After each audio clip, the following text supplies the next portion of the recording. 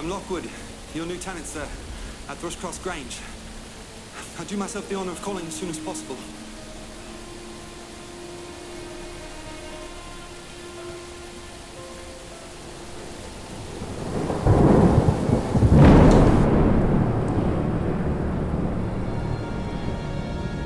I hope I've not inconvenienced you in my arrival.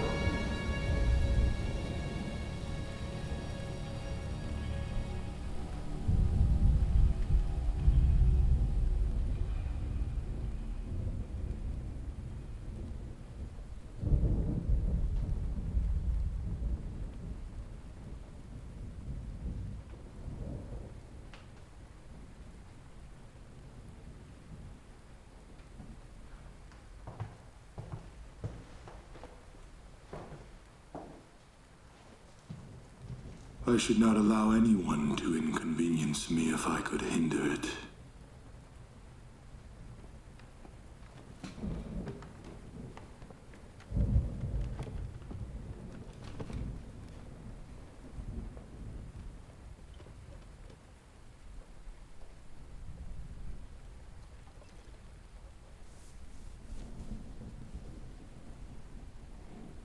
I do wonder why you should select the thick of a storm to ramble about in.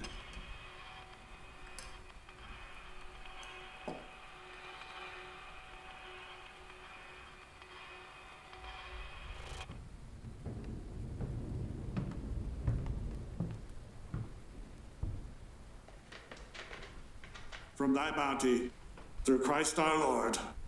Amen.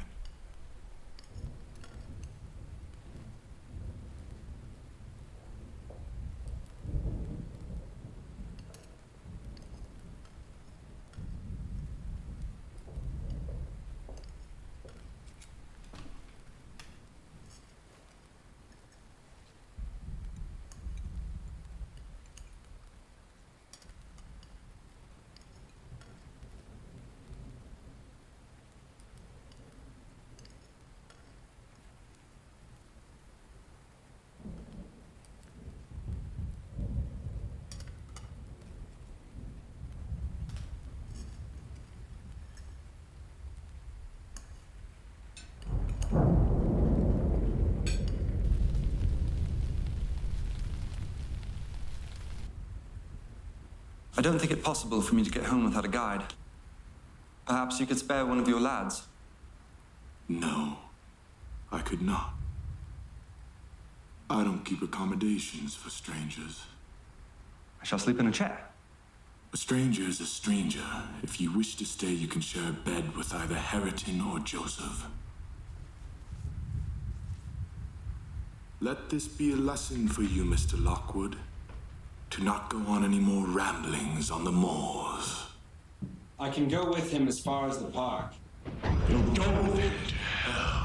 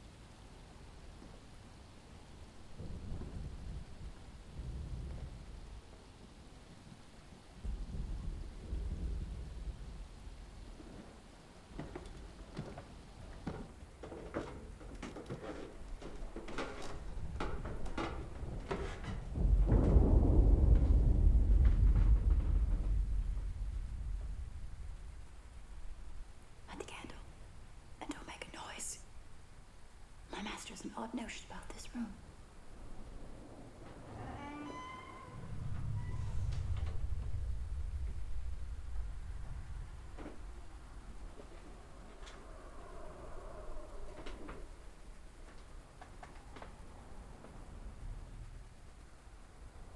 Have a good night, sir.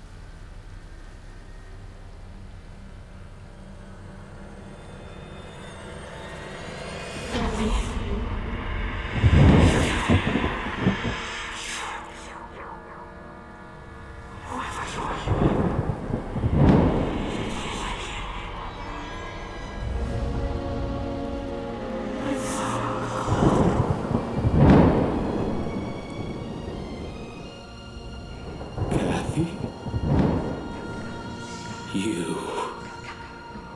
Oh, no.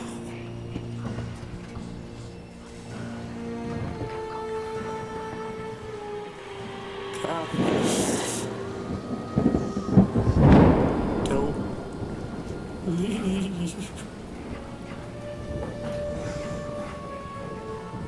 Come back to me. Come back.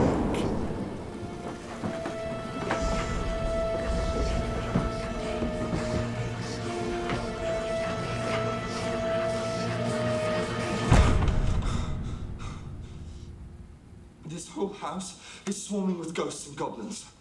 If that little fiend would have got in, she would have strangled me, snatched my soul away. I'm not a fanciful man, nor a dishonest one. I saw her with my own eyes, and felt her with my very own hands.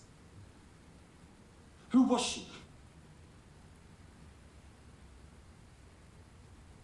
You have lived in this neighborhood a considerable time, have you not? All my life, sir.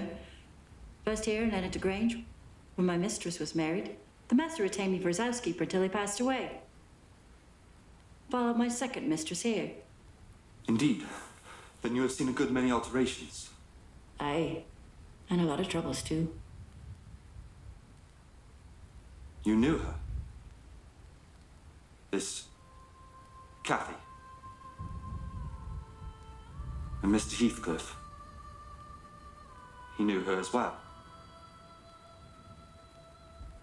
He loved her, dare I say. He is a rather churlish man. He must have led a tumultuous life to make him such a rough fellow. Do you know anything of his history? I know all about it, Mr. Lockwood, save for the circumstances of his birth and how he got his fortune.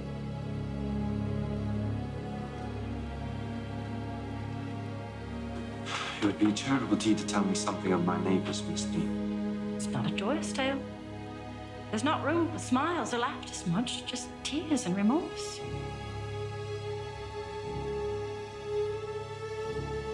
I should like to hear it still.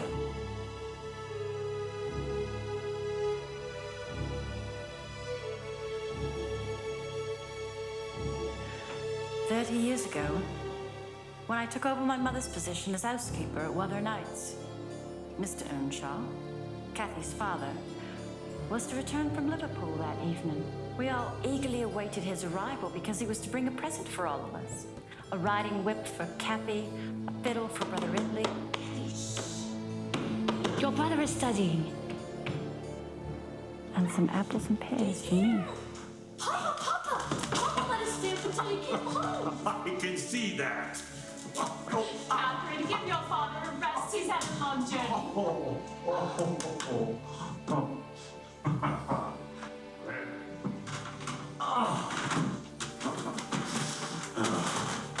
I brought you something. What'd you bring me? See here.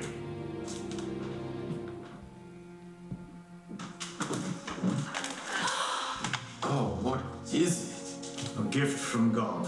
A gift from the devil, more like. Quiet, girl. I found him starving in the streets of Liverpool. It was a Christian thing to do to bring him home. How can you fashion to bring this gypsy brat into our home when we have our own children to feed and I couldn't let him starve. Why not?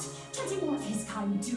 What's so special about this dark-haired foundling? He's not my blood any more than he is yours. But he will be our son. And Hindley and Cathy's brother. An easy conversion, no doubt.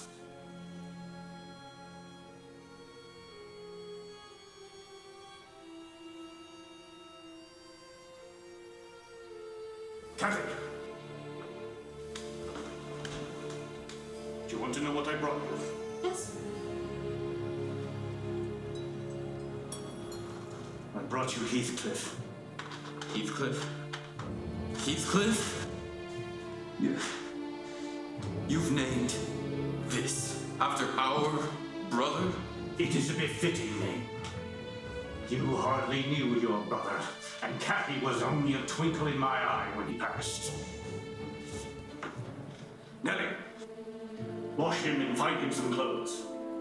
The rest of us will go to bed.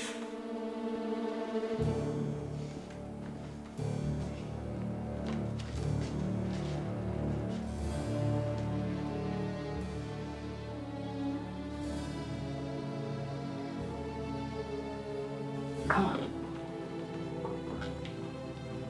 Dear God, thank you for your mercy.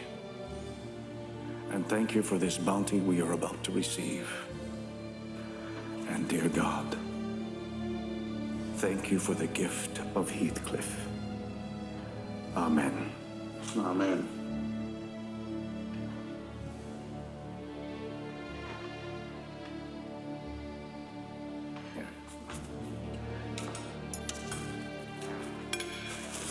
Make you strong.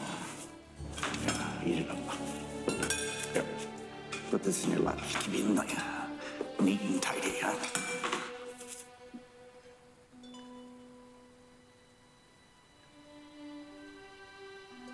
From the very beginning, Heathcliff bred bad feelings in the house.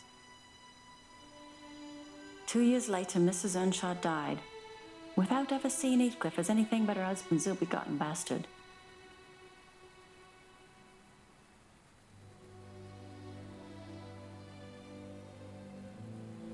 After the mistress's death, Emily began to view his father as an oppressor rather than a friend, and Heathcliff as an usurper of his father's affections. That's right. You gotta keep that nice and clean, otherwise the powder won't ignite. Very good. All right, see if you can put that back down. That's it. That's right. Now hold this up here. All right, pull this out. Go ahead and pull that out. And ram it down inside that.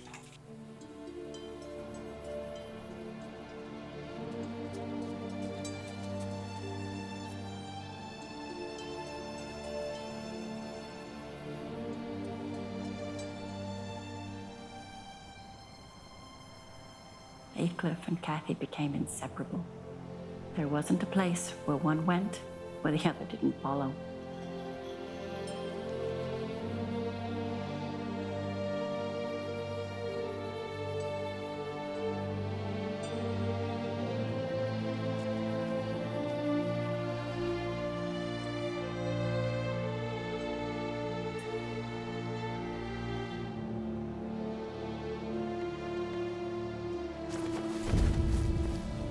You're a dirty gypsy, Heathcliff. I hate you.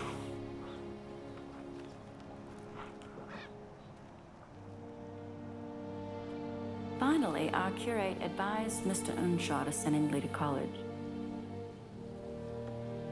Mr. Earnshaw agreed, but he never thought Emily would thrive no matter where he wandered.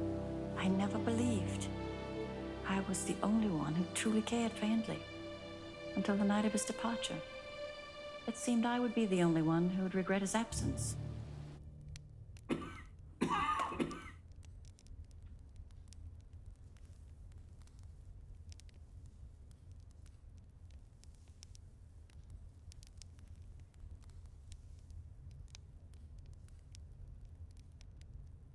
Cathy. Why can't you always be a good lass? Why can't you always be a good man, Father?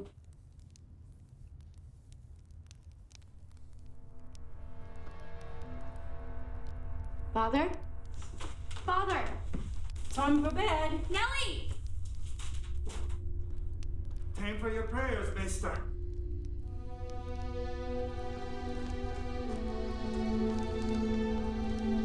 Mr. Earnshaw?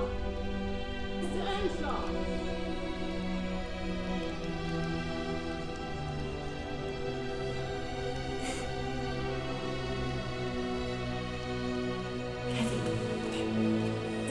Take Cathy to bed. Take Cathy to bed. Fetch Dr. Kenneth.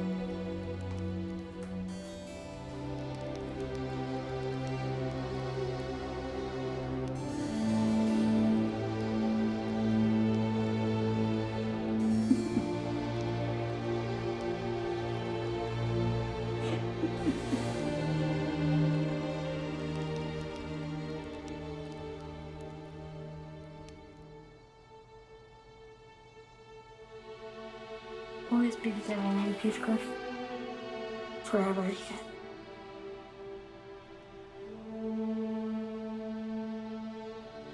Tell me, Heathcliff, where did you come from?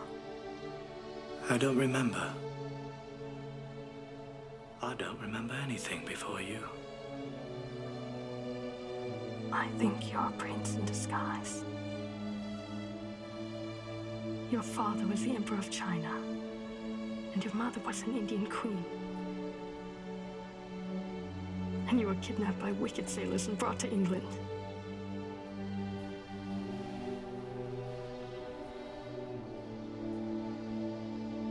You're worried everything will change once Henry returns, aren't you? Well, with father dead, he does own the heights. I won't have much to protect me but my own wits. I shall protect you. My brother won't touch a single black hair on your head.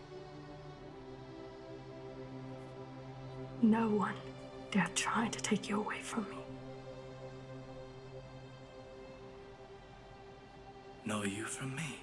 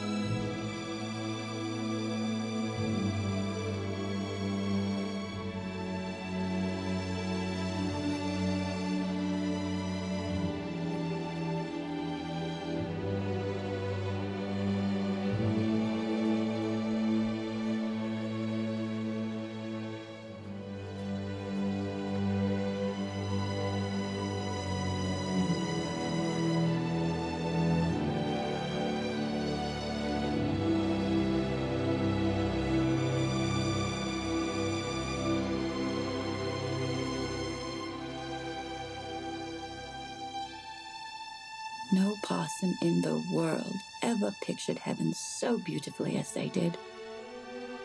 And I could not help wishing we were all there safe together.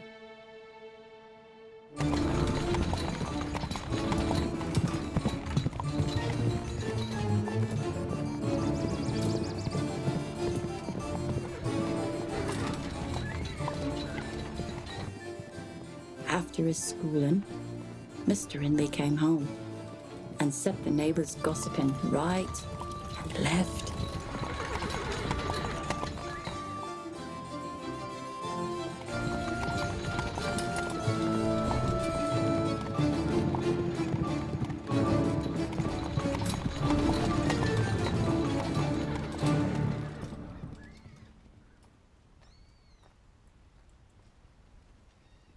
He brought a wife with him. Heathcliff. What she was and where she was born, The horses. he never informed us.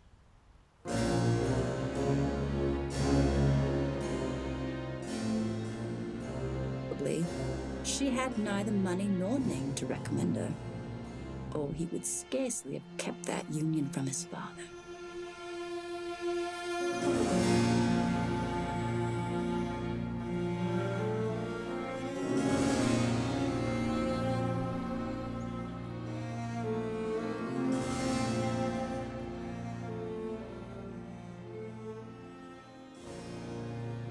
Young Earnshaw was altered considerably in the years of his absence. Hello, Catherine. This is my wife, Frances. Oh, isn't this charming? This is my sister, Catherine. Our housekeeper, Nelly, and that was Joseph. Welcome to Wuthering Heights, Mum. Cathy, Italy's told me so much about you. I've always wanted a sister of my very own, and now I have one. Oh, why don't you show me around?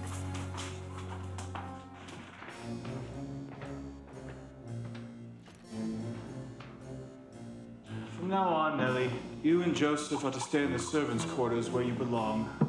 Of course, Maester. And as for you, Heathcliff, no more curate and stay in the stables. My wife and I want the house to ourselves.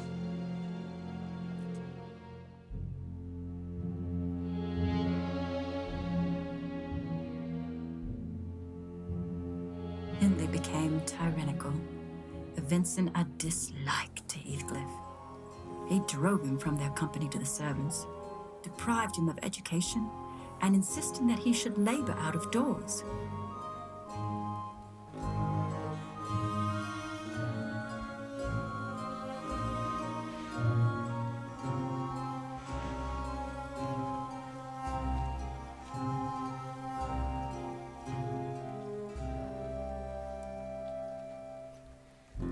It's horrible what Hindley's done to you.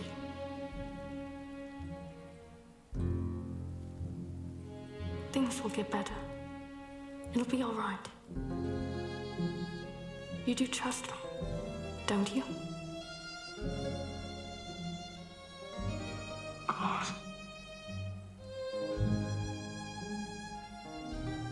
Good. Well then, I'm going to read to you.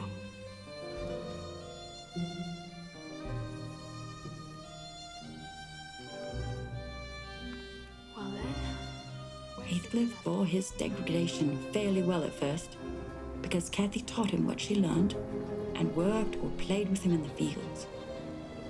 They both promised fair to grow up as rude as savages. The young master being entirely negligent how they behaved and what they did, so they kept clear of him. It was one of their chief amusements to run away to the moors in the morning and remain there all day. They forgot everything the minute they were together again. To seek revenge, but leave a place for divine retribution. Never pay back evil for evil. Let your aims be such as all men count honorable.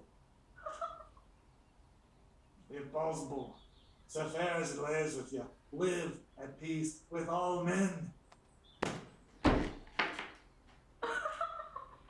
What? Done already? I think that's enough for today. When Father was alive, we were permitted to play on Sunday. I don't give a damn what Father did. This is my house now. I am master. Hindley, let them be. If they want to run around like savages, let them. Fine, off with you then.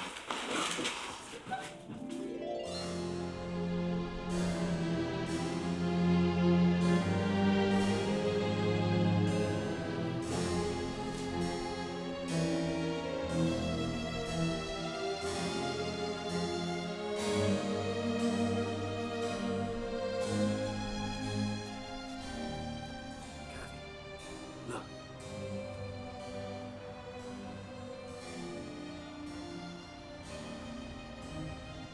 It's beautiful, Heathcliff.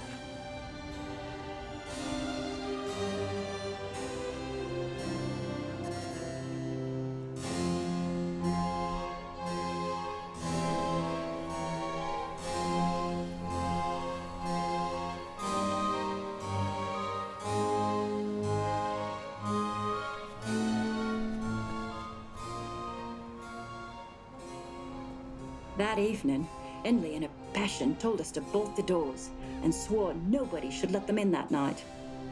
The household went to bed, but I was determined to admit them in spite of the prohibition once they returned. Heathcliff, look. There's a light on at the Grange. I wonder how the Lintons pass their Sunday evenings. Standing around shivering in corners while the parents burn their eyes out by the fire.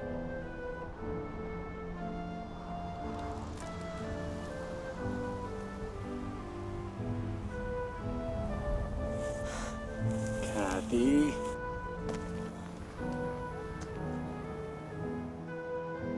Thrushcross Grange, your new home, Mr. Lockwood, was once home to the Lintons, a proud family of landed gentry. Old Mr. Linton had long since passed, but he left two spirited children, Isabella and Edgar.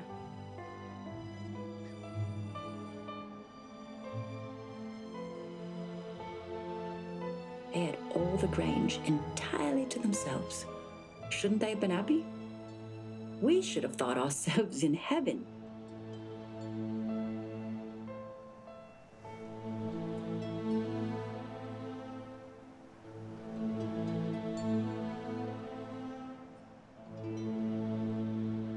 And now, guess what those good children were doing? Livelier, Isabella. Livelier.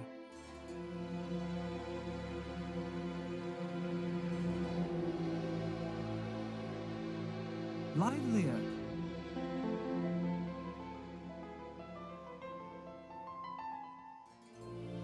Don't you wish you would have been adopted by the Lintons?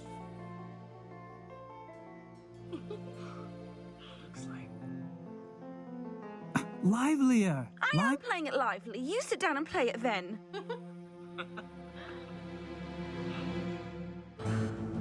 There's somebody out there. Men!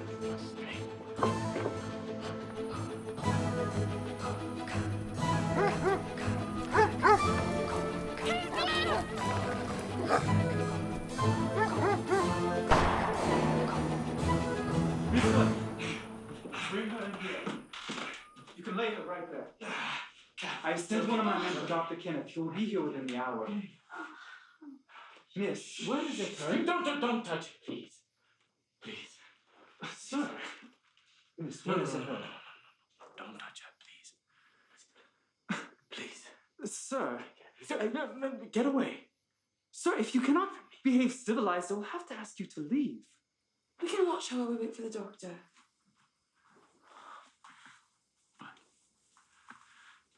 But I can't leave Cathy. Let me tend to her. Please. No, please. Please. Seamus. Your presence, sire, is no longer required.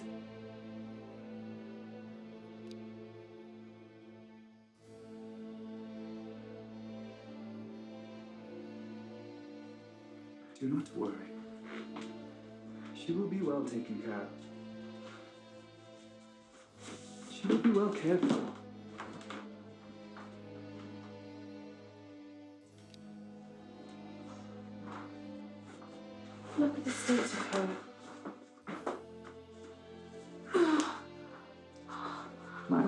him.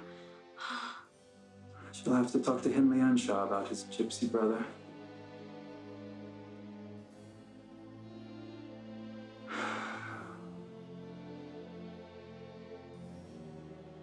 Perhaps you would benefit from staying here for a while.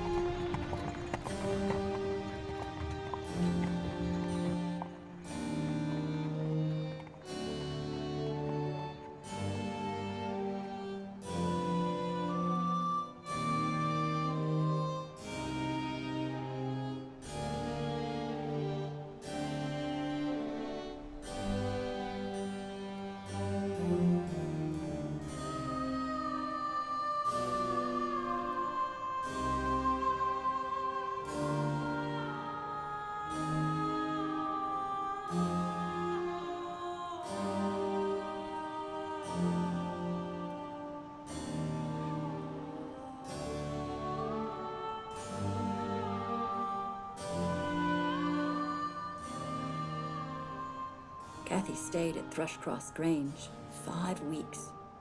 By that time, her ankle was thoroughly cured, and her manners much improved. Mr. Linton commenced a plan of reform by raising her self-respect with fine clothes and flattery, which she readily took. Remember, Heathcliff, if I am to allow you to stay here at the Heights, you are not to speak to Cathy. And not unless it involves her horse.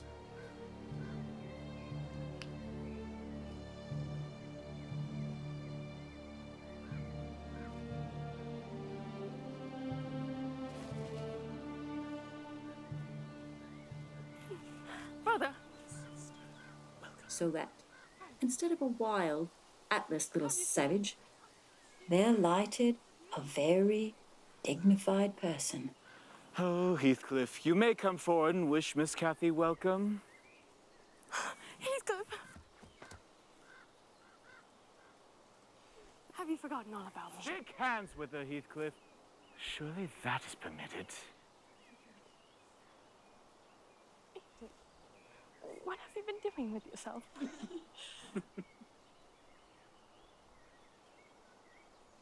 I won't stand to be laughed at. I didn't mean to laugh. I couldn't handle myself. Look how dirty you are.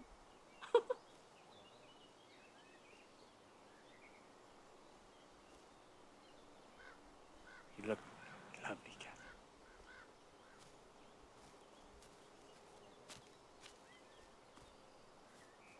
And on that note, let's go in, shall we?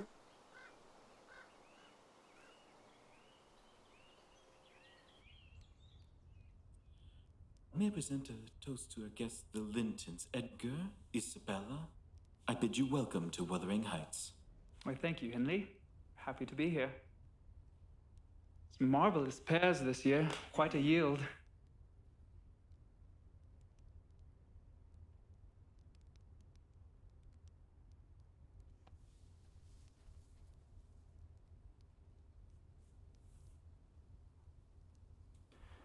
Nelly, can you make me decent? My time, Heathcliff. You know, proud people often breed sad sorrows for themselves. I believe a few of Mr. Earnshaw's old clothes are in the attic. As soon as I can steal time, I'll help you. Edgar Linton will look like a doll compared to you.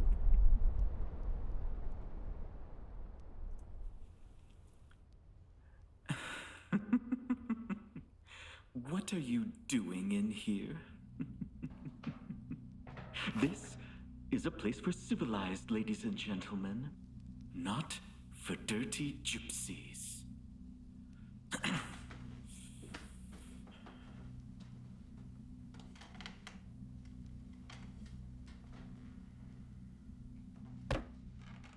Wait! Till I take hold of those elegant locks of yours. See if I can't pull them out a little longer.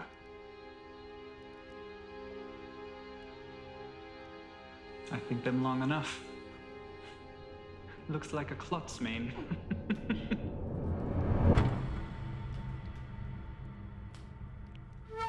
Oh!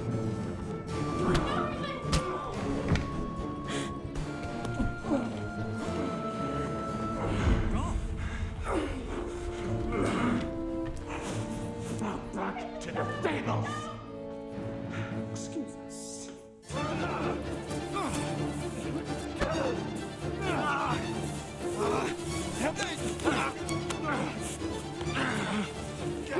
What?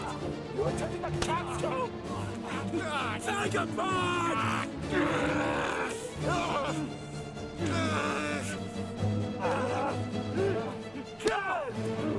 You evil of Satan!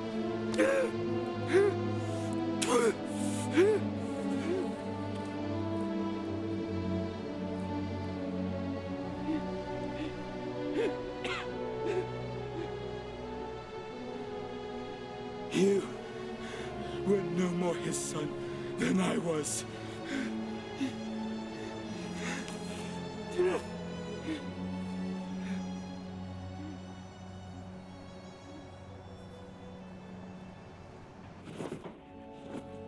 Joseph will have to give my father's coat another brushing.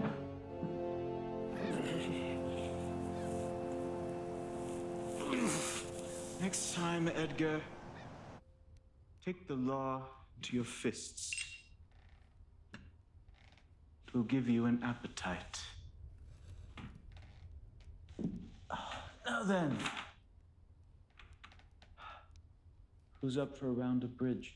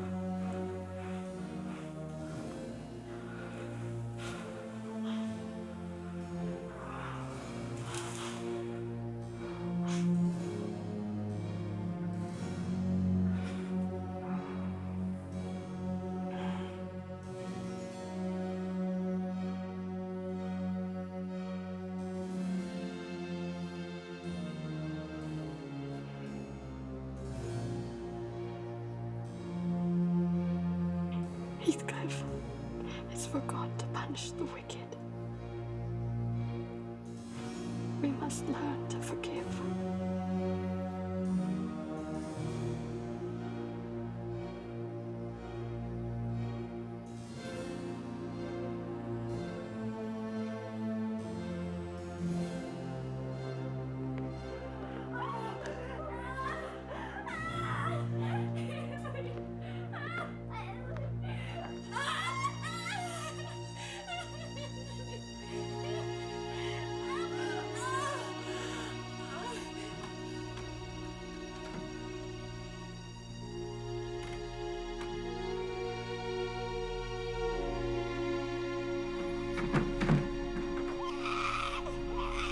On that morning, my first bonny little nursling and the last of the ancient Earnshaw stock was born.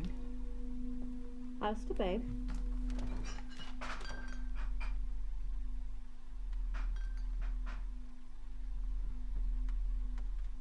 Nearly ready to run about, Nelly. And Francis?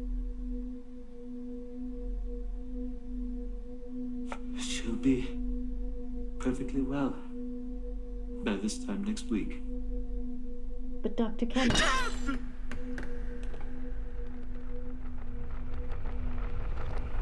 Damn the doctor. I'll go and see her. Where's Cathy? With Maester Linton.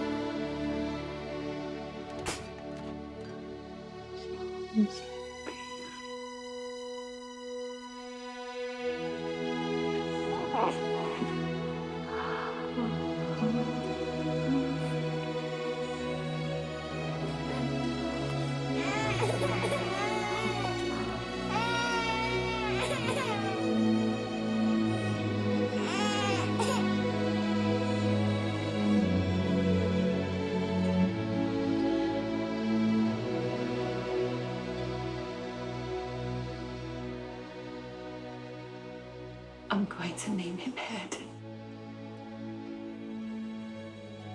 Hindley had an ancestor named Hareton. It's a good family name. Hey, Mom. Hareton Henshaw. Promise me you'll look after him, Nelly. You'll love him like your own. Oh, such a grand parent. The finest lad that ever breathed. But Frances, she'd been in consumption for many months. She had nothing to keep her. On the other side. On the other side. You going somewhere? No. What do you got that silly frock on for then? Edgar Linton spoke of calling this afternoon. Edgar Linton. Catherine and he were constant companions, still at his seasons of respite from labor. That's 6 weeks in a row you've turned me out for that pitiful friend of yours again. What you got there? Oh, that's very foolish, as if I were to take notice. Where's the sense in that? To show you that I take notice. Here, look here. That is my secret. But he ceased to express his fondness for her in words, and recoiled with angry suspicion from her girlish caresses. Every mark here is a mark that you have spent with Linton. These marks are days with me.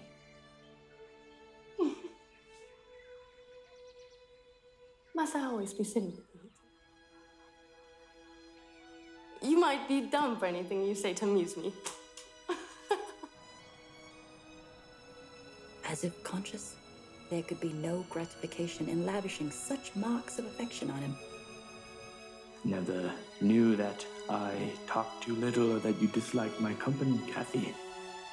It's no company at all when people know nothing or say nothing.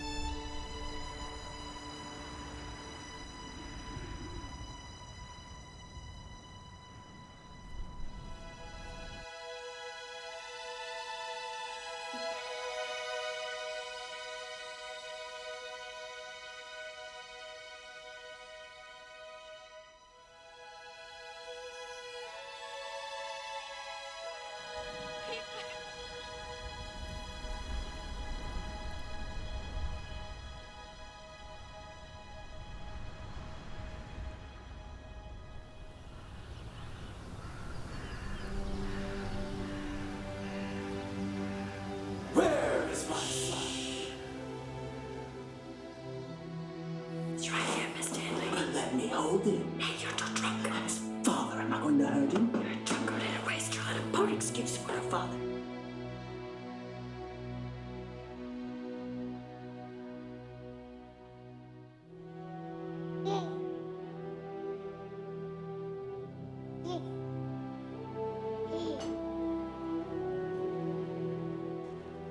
All right, Heathcliff. We can take a moment before you return to the stables. Just remember to brush them before you turn in. One more thing. Don't tell Maester Hindley. Nelly. Your tongue has grown rather sharp of late, Nelly. Your hands are for Maester. I never noticed what a woman you are. Well, now's not the time to take notice. I could kill you for speaking back to me. Don't listen. I'd rather be shot if you please.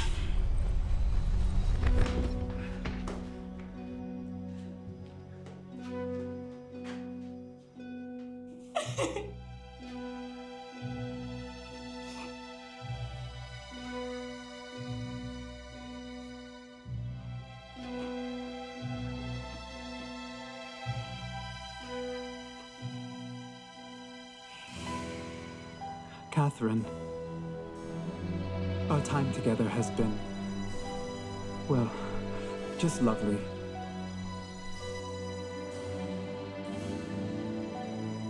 And I feel we should spend more time together. I guess what I'm trying to say is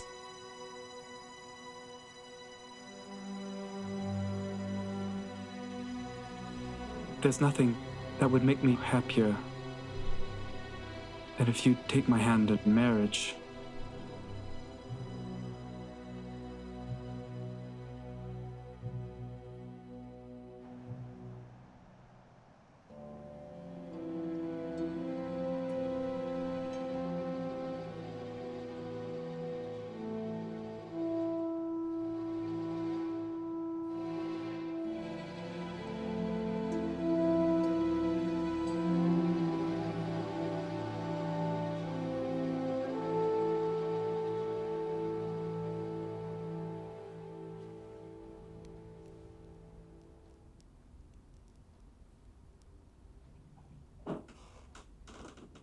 Are you alone, Nelly?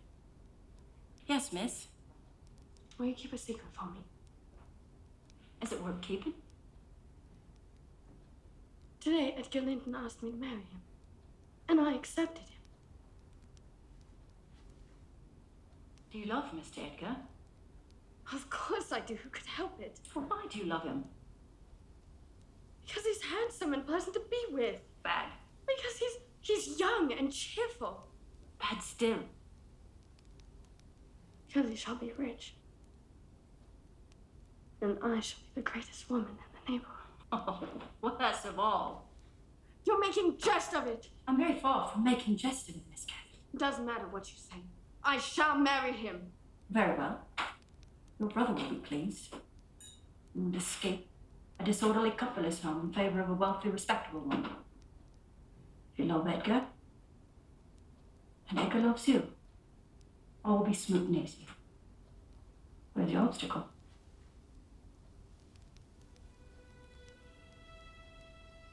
Here. In my heart. And in my soul. I'm convinced I'm doing wrong.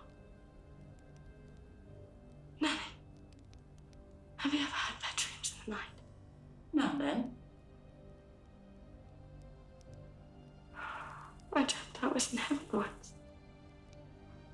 And I was miserable there. And I broke my heart with weeping. And the angels were so angry that they thrust me out right into the heat. Right on top of Wuthering Heights. And I woke up sobbing for joy. Don't you see, Nelly? I have no more right to marry Edgar Linton than I have to be in heaven. And if Hindley had not brought Heathcliff so low, I would have never thought to marry Edgar. But to marry Heathcliff now would degrade me.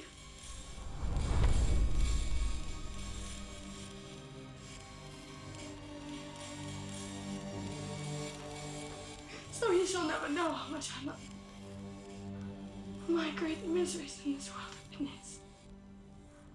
I've watched and done them all from the beginning. And my great thought in living is his. My love for Edgar is like the foliage in the forest. Time will change it, as winter changes the trees. My love for Heathcliff is like the eternal rocks beneath. Source of little visual pleasure, but vital.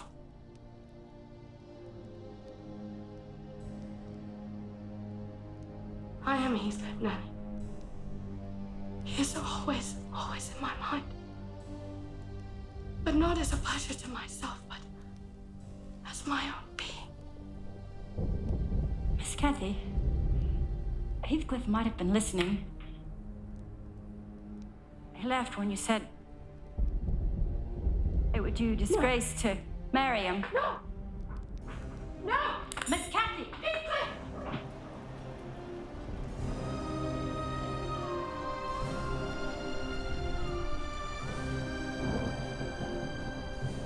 It was a very dark evening for summer. The storm came rattling over the heights in full fury. Catherine would not be persuaded into tranquility. She kept wandering to and fro, heedless of the growling thunder and the great drops that began to splash around her. She remained, calling at intervals, and then listening, and then crying outright. She cried for Heathcliff all night, till she was greeted by the warmth of the rising sun. Where the hell have you been?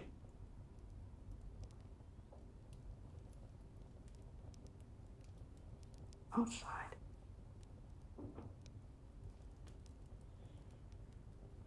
Were you with Heathcliff? I never saw him. Well, when he comes back, I'll throw him out. Had enough of that gypsy dust. You will get your opportunity. He's gone. I lost him. I lost him. I lost him. I lost him. I lost him. I lost him.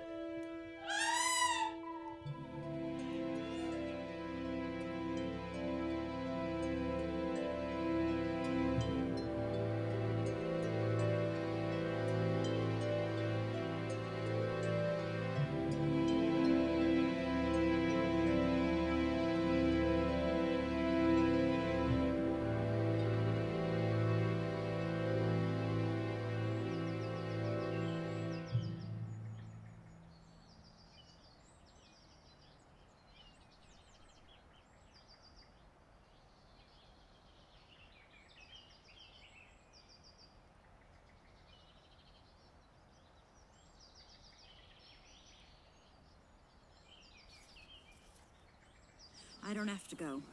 They have plenty of maids at the Grange to take care of Miss Cathy. I could stay here with you and Ayrton and There's no use for you here. I want no women in this house. But Ayrton, he needs a mother, sir. He had a mother, she left him. She left me. Frances loved you, sir. I'm sure it would break her heart to see you like this.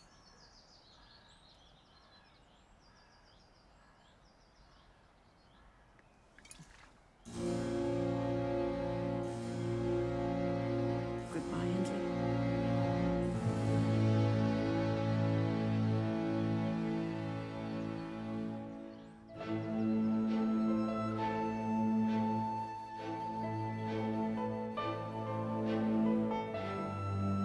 Edgar Linton believed himself the happiest man alive on the day he led Miss Cathy to Gimmerton Chapel.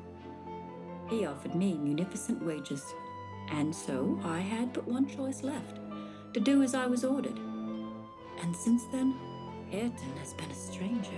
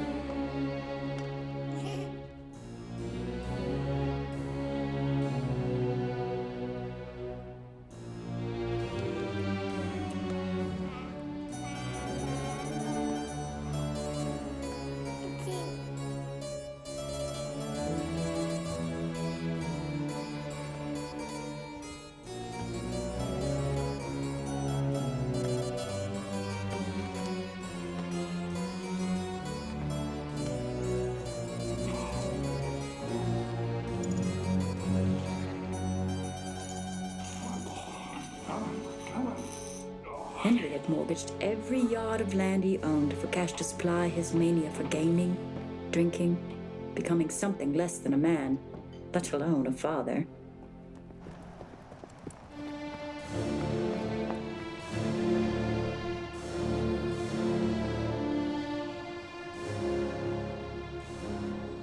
I got Miss Catherine and myself to Thrushcross Grange, and to my agreeable disappointment, she behaved infinitely better than I dared expect. She seemed almost overfond of Mr. Linton, and even to his sister she showed plenty of affection. I believe I may assert that they were really in possession of deep and growing happiness. But on a mellow evening in September, it ended. His cheeks were covered, his brows lowered. I remembered the eyes.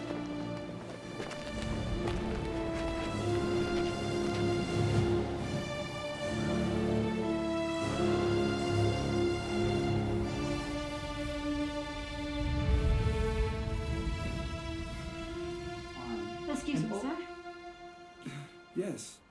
A person from Gimmerton wishes to see you, Mum. What do they want? I didn't question him. Well, it's not one of Hindley's creditors, is it? No, someone a mistress doesn't expect.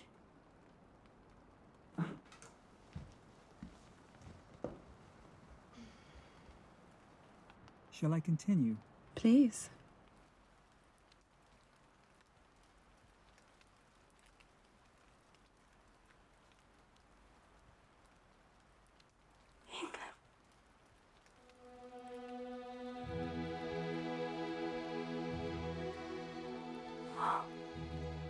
I fought through a bitter life since the last I saw your face. Forgive me.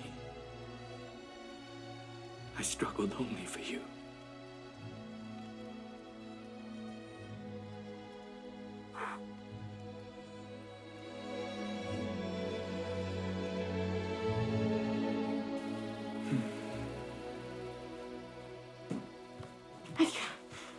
Edgar!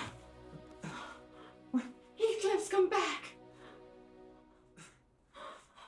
Try to be glad without being absurd in front of the whole household.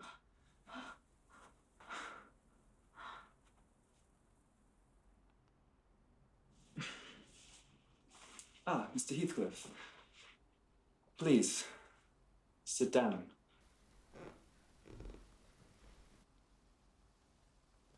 Mrs. Linton would have me give you a cordial reception. Of course, I am gratified with anything that pleases her. As am I, especially when it is anything in which I have a part. Thank you, Nelly.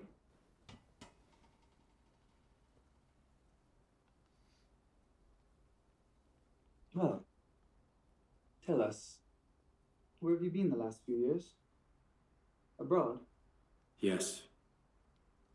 Soldiering, perhaps? Yes.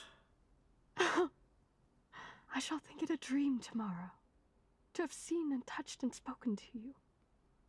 Yet cruel, Heathcliff. You don't deserve this welcome.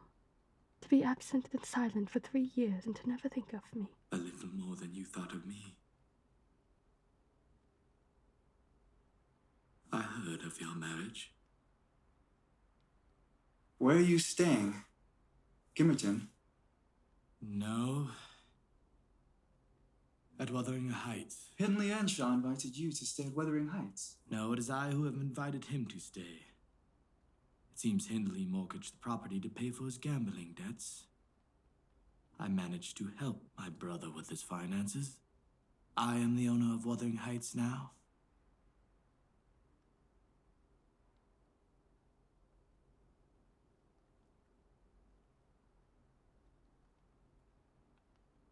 Well, eager to see what you do with the place.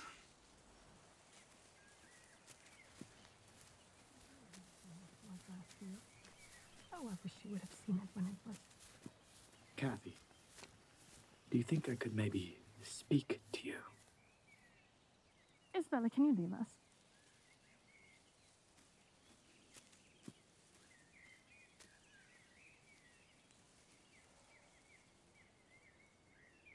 We've both been through so much. But please, please, we can undo what was done. And I have come back for you.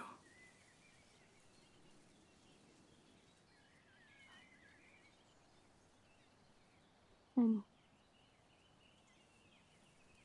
where do you expect to take us, Heathcliff? Away from here. Away from all this. I've seen the world now, Cathy. And it is beautiful. Come with me. Heathcliff, I can't. I'm having Edgar's child.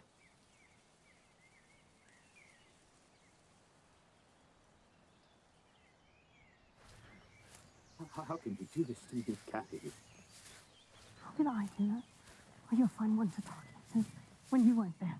You don't know. Don't talk to me anymore. Cathy, please. Please. Hey, you are to play nicely with me if we are to continue our communications together. Get your hands out of your pocket. Okay, then. It's all right. It's all right. There's still time. It doesn't matter. We can all leave. Me, you, and the child. We can all leave. Please, Cathy. Cathy. Cathy. No, you won't do that to me. You are my life. You are my life. Heathcliff.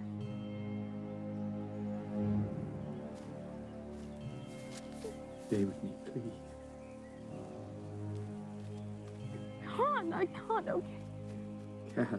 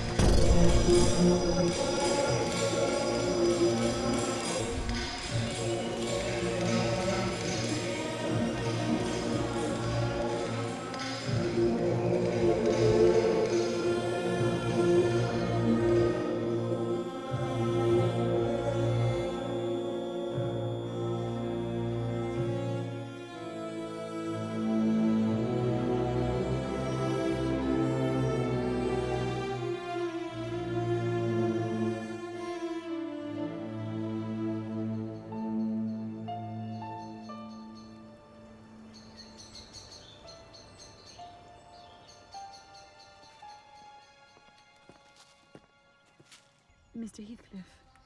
Cathy was cruel to you yesterday. As a friend, I feel the need to apologize for her conduct. You needn't apologize. I'm well aware of Cathy's nature. Oh, stop sighing and sulking, Isabella. You are harsh and cruel to me. It is jealousy that makes us strike out. Jealousy? Oh, yes. She is quite jealous. You told me to ramble where I pleased while you sauntered on with Mr. Heathcliff. You wished me away because you knew I wanted to be with him.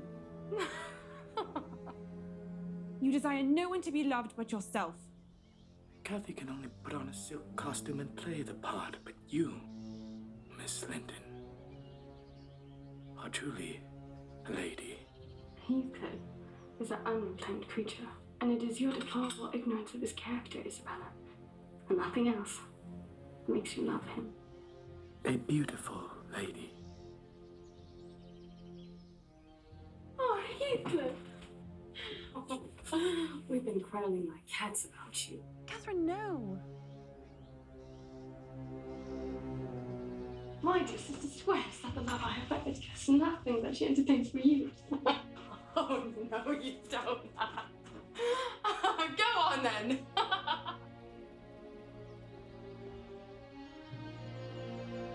Sweet Judas. Who is Nelly?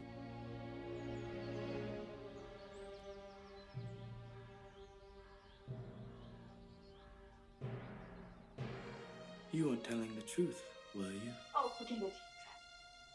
I like her too well to let you seize and devour her. And I like her too little to attempt it. Then again, she is her brother's heir, is she not?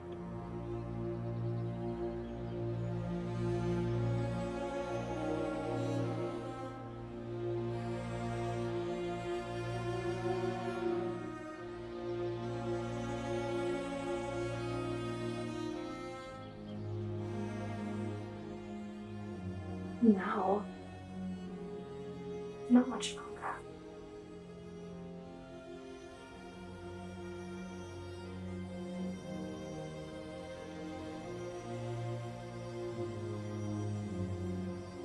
Wait, no, Heathcliff!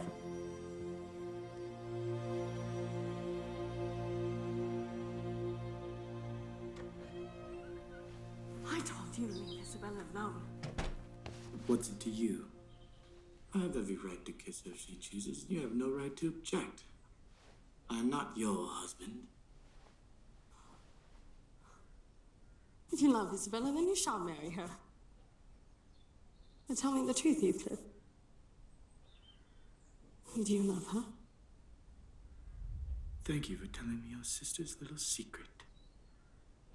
I swear I'll make the most of it. Have you been listening at the door, Edgar? I was not ignorant to your miserable, degraded character, Mr. Heathcliff. But foolishly, I acquiesced to my wife's desire to keep your acquaintance. Hereafter, you are no longer welcome in this household. I require your immediate departure. Nelly, fetch the men. Cathy, this lamb of yours threatens like a bull. By God, Linton, I am mortally sorry. You are not worth the trouble of knocking down. Heathcliff.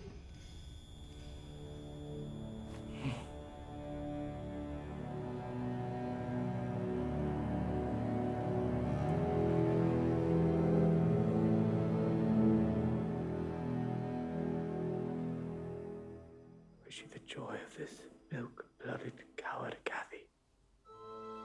And I compliment you on your wit.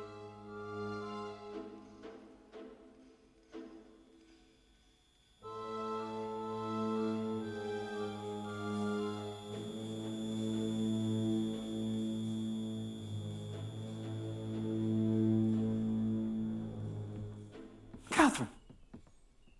Remain where you are.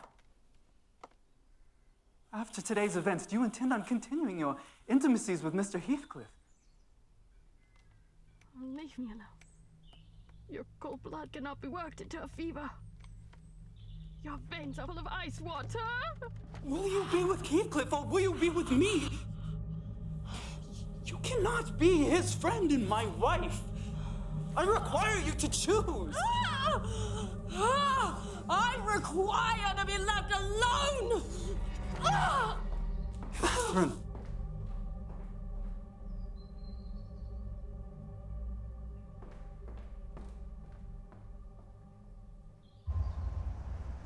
I'm going to die, aren't I, Nelly?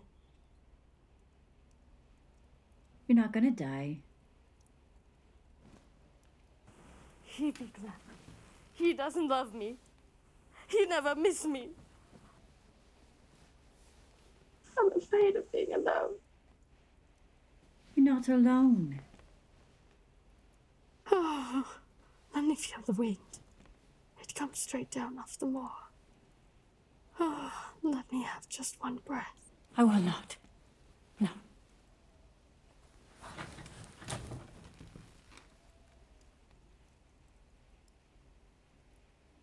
Why am I so changed? In an instant, I was converted into Miss Linton, the lady of Thrushcross Grange.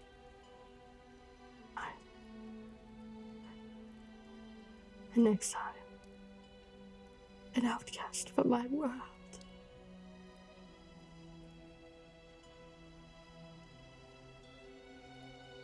I wish I were outdoors.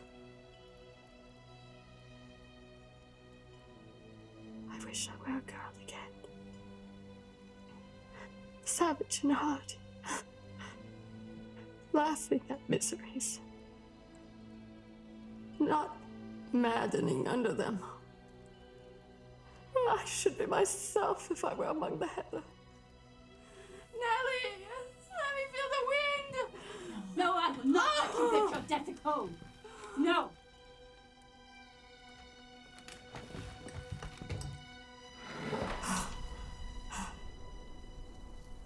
Look, there's my room, with a candle in the window. Heathcliff is waiting for me. Heathcliff! I dare you now. Will you venture? I shall not rest until you are with me. I never will. He's considering. He'd rather I come to him. Nelly, are you mad? Shut the window! Catherine. Edgar! You are one of those that is ever fond when least wanted. Am I nothing to you anymore? You love that wretch Heathcliff.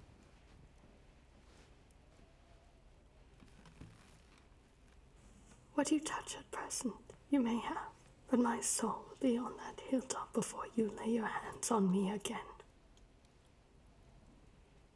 All you had of me is gone. Her mind wanders, sir. She's been talking nonsense all night. Send for Dr. Kenneth. We must take precautions so she doesn't harm herself. What a baby.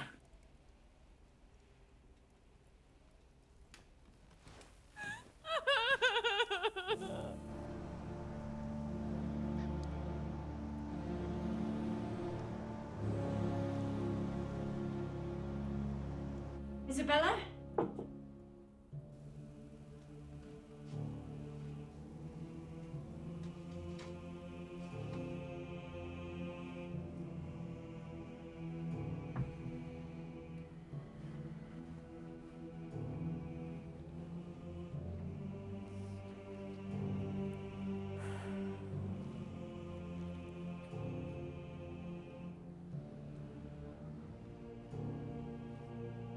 Sir? It's from Miss Isabella.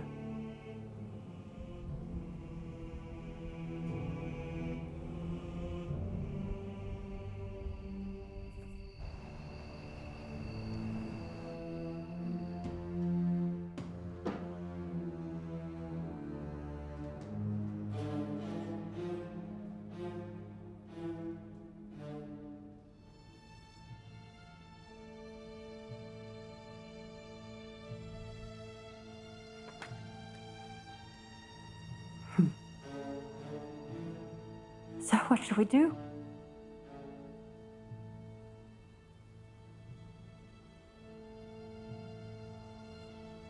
She left of her own accord. Who the hell are you? I was Isabella Linton. We've met before, sir. I've just married Heathcliff and he brought me here. Oh, Heathcliff married you. From now on, she is my sister only by name. Not because I disown her. She has disowned me. Where shall I sleep? Heathcliff's bedroom is up the stairs, second door on the right. Make sure to bolt the door, Mrs. Heathcliff. Why? It's a great tempter to a desperate man, is it not? Every night I try to open his door. If once I find it unlocked, he's done for. When the time comes, all the angels in heaven will not save him. I'll warn him. I don't give a damn if you do. Wuthering Heights will be mine, his gold will be mine, and then his blood.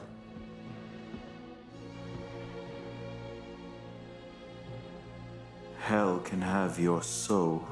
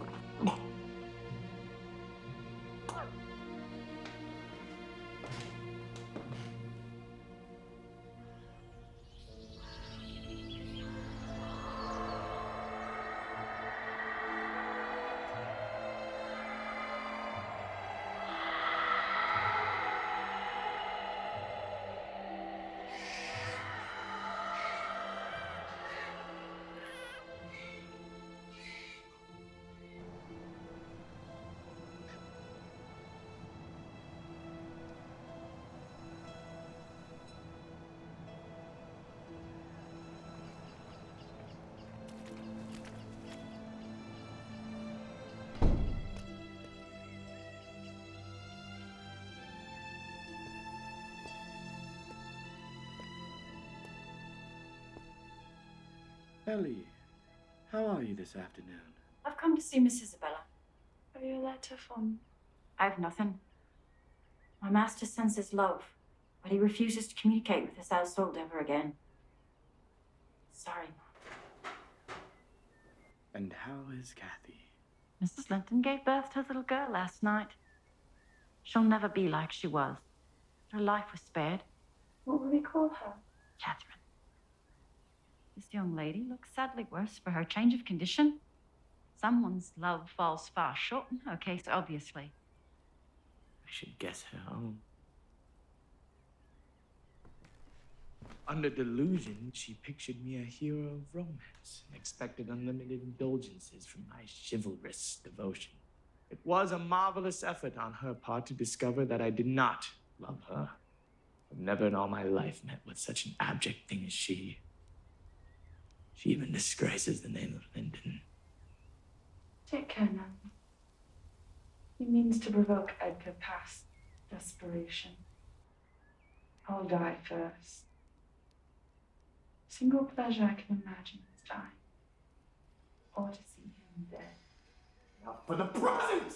Out of my sight! Nelly, I must see her. I cannot allow that. Cathy's delirious. She slips in and out of consciousness and remembers very little. She must call for me. You know she has not forgotten me. For every thought she spends on Linton, she spends 1,000 on me.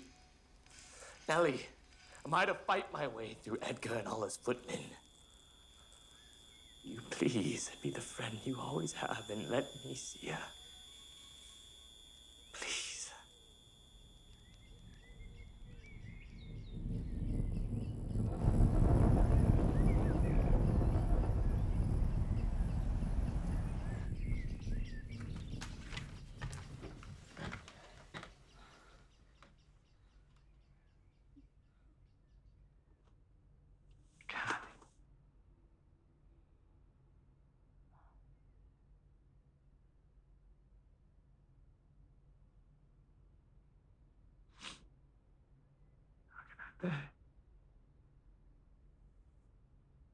You've broken my heart. And now you come to me as if you're the one to be pitied. I shall not pity you. You killed me. You tell me, how many years do you plan on living after I'm gone? Are you possessed with the devil? Speak to me no matter while you are dying.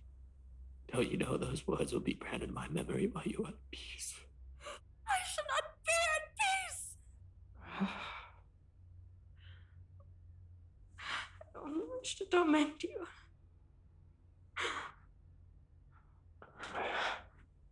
Come to me.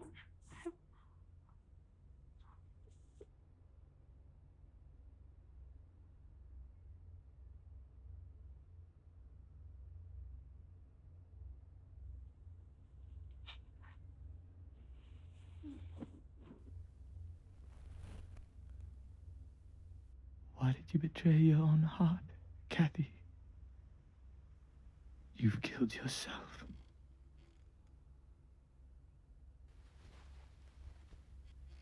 You. Me. What right had you to leave me? The poor fancy you felt for anything. This degradation and misery and death, nothing God or Satan could inflict, could part us. You of your own will did it. I have not broken your heart, Cathy. You have broken it. And in breaking it, you have broken mine. I've all done wrong. I'm dying for it. You love me too. But I forgive you. Forgive me. I love my mother. Yours,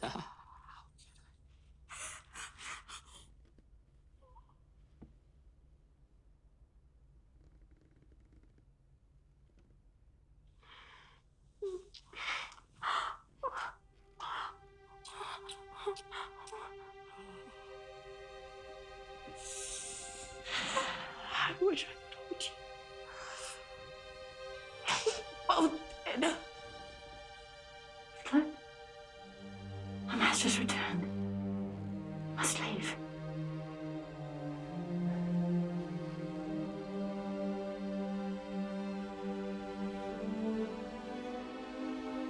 Cathy, I must go. No. No, you mustn't. I must. No. Not for a minute.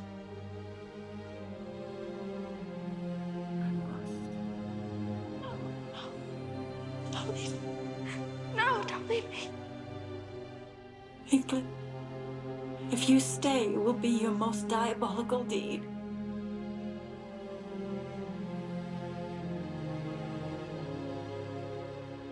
What in God's name?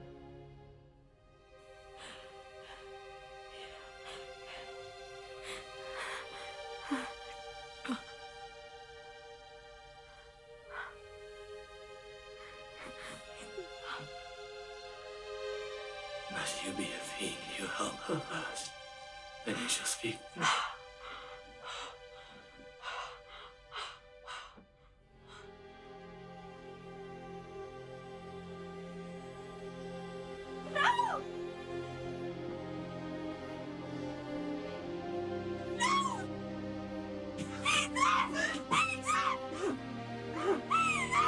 What have you done to her? Catherine! What have you done to her?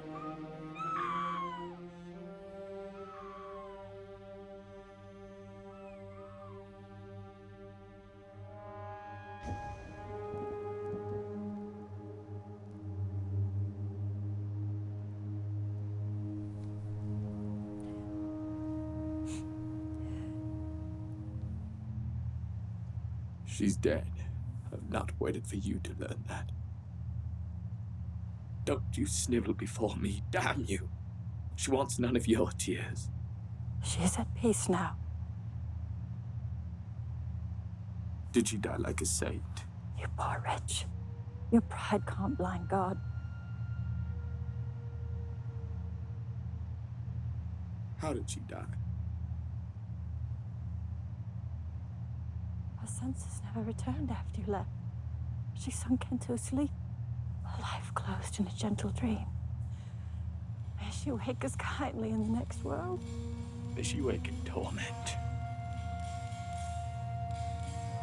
I pray one prayer. I'll repeat it until my tongue stiffens. Catherine Earnshaw, you not rest as long as I am living. You say I killed you. Come on me then. Be with me always. Break any bond. Find me back. Only do not leave me in this abyss where I cannot find you.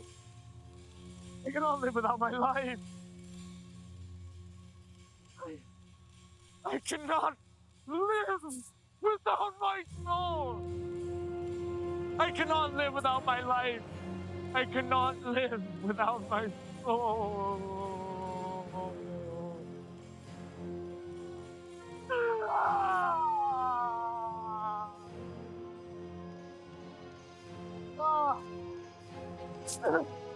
I cannot live without my life.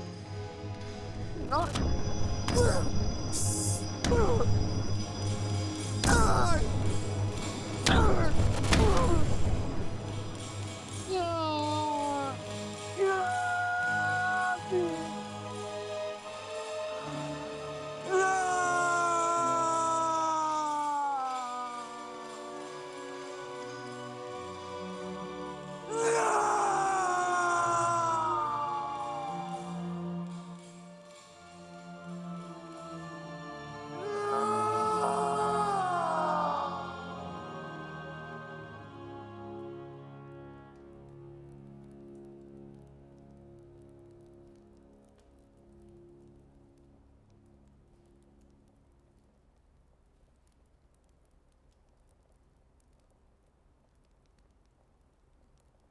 Do you believe such people are happy in the other world, Miss Dean? Retracing the course of Catherine Linton? I fear we have no right to believe she is. But we'll leave that to her and her maker. To the surprise of the whole parish, Catherine's burial was neither under the carved monument of the Lintons nor by the tombs of her relations outside. It was dug on a green slope in a corner of the churchyard, where the wall was so low that the heath climbs over from the moors and buries it.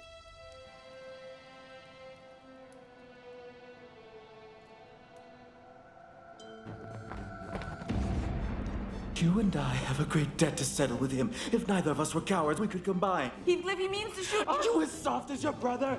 Are you willing to endure to the last and not attempt repayment? I'm weary of enduring. He will be my ruin, and you and your child's debt.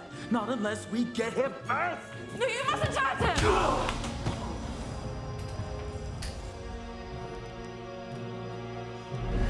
No! Heathcliff, stop! No, get off of him! You're going to kill him! Stop it! I couldn't. No! Heathcliff, stop! No! Let go! Stop it!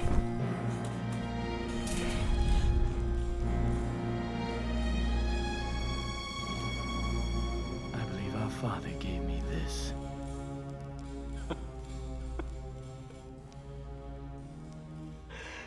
If God gave me the strength to strangle you, I'd go to hell with joy. Isn't it enough you've already murdered his sister? Everybody knows she'd still be living if it weren't for you. So why don't you go lay over her grave like an old faithful dog? Surely the world isn't worth living in now, is it?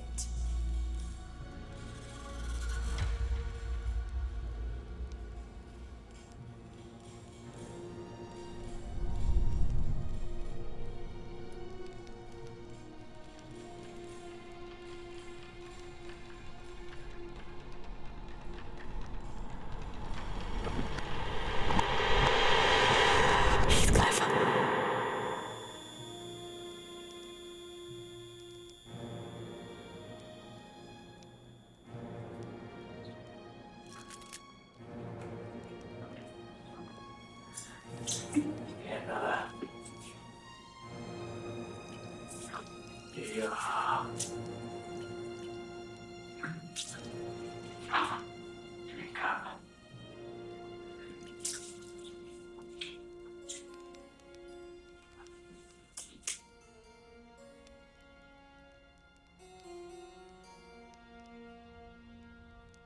Your brother abandoned you too.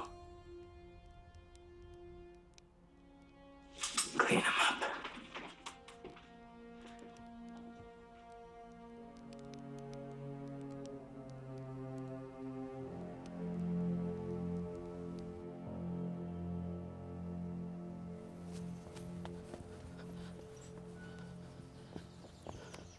Isabella, what has happened to you? Finlay is dead. He fought Heathcliff true to form, drunk as lord, and Heathcliff fought back. I cannot live another day without villain. I'm leaving for London, and I've just come by to see you and the baby before I depart.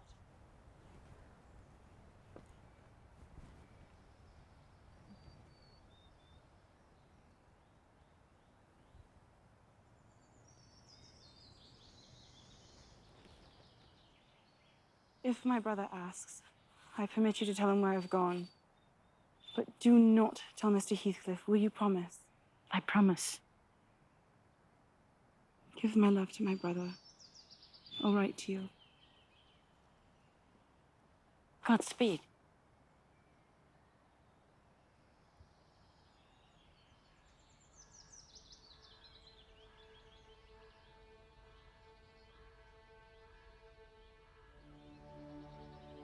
Now, my body lad, let's see if one tree won't grow as crooked as another, with the same wind to twist it.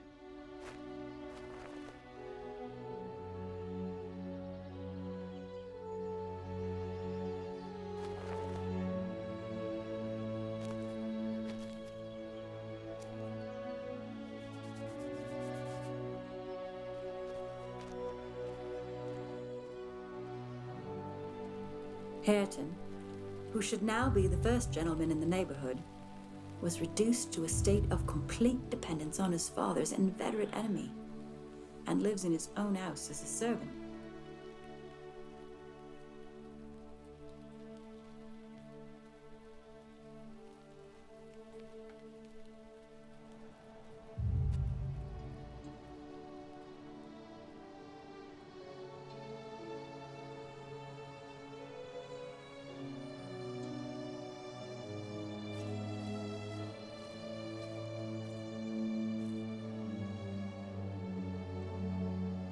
The next 15 years, following that dismal period, were the happiest of my life. Little Catherine grew like a larch. She was light and fair like the Lintons, but with the handsome eyes of her mother. Good morning, Papa. Good morning, Catherine. Nelly. Morning, sir.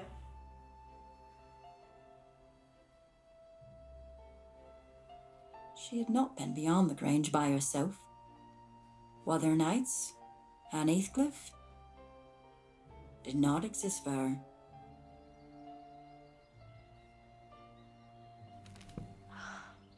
Something wrong, Miss Catherine? Oh, no, I've just slight headache. Would you like some tea? Oh, no. I'll just rest.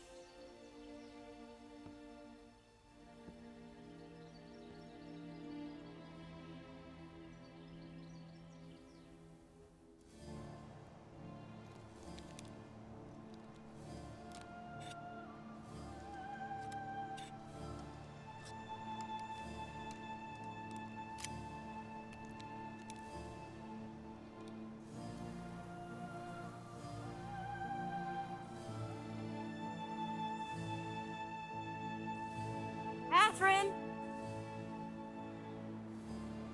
Catherine!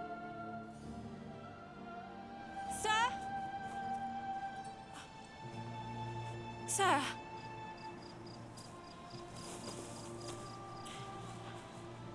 I'm afraid I'm quite lost. Do you know where Thrushcross Grange is from here? You're Edgar Linton's daughter, aren't you? Yes, I am. Do you know my father? So to speak. My name is Catherine. What's yours?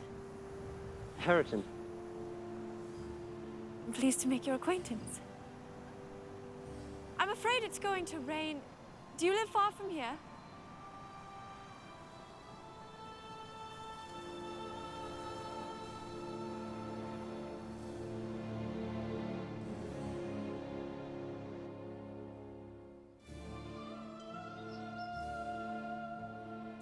Miss Catherine! If your father had any notion of you being at this house, you'd be glad enough to go out. It's your father's, isn't it, Harrison? No. I thought you had been the owner's son. Are you a servant? I'll see you damned before I be your servant. You'll see me what? Damned. How dare you speak to me that way? I'll tell my father what you said. Miss Catherine, you'll lose nothing by being civil. Although Ayrton is not your master's son, he's your cousin. My cousin? Nelly, you must be mistaken. My father has just gone to fetch my cousin from London. A gentleman's son. People can have many cousins of all sorts without being the worse for it. Miss Catherine?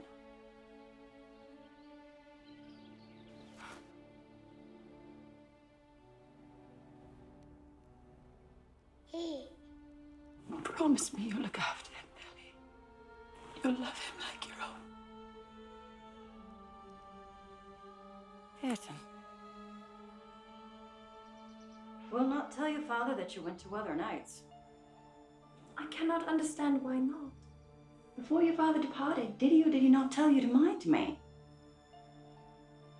Well, since you deceived me in your counterfeit sickness to break your father's one rule, perhaps you could repay me by not telling him I failed as your guardian? I shan't whisper a word.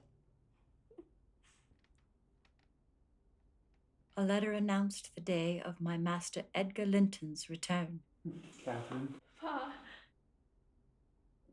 No, Catherine, your cousin Linton is not as strong or as merry as you are.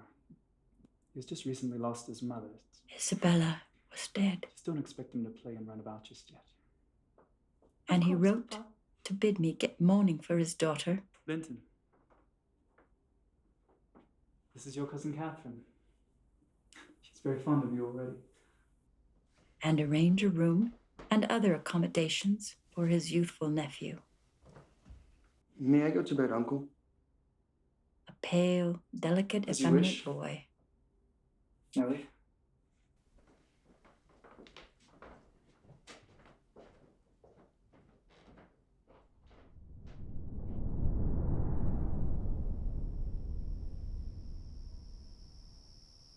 Good evening, Heathcliff.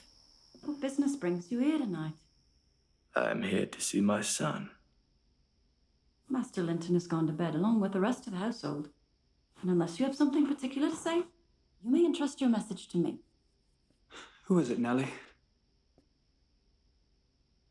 I have come for my son. He may be your son, but his mother desires him to remain in my care. His mother is dead.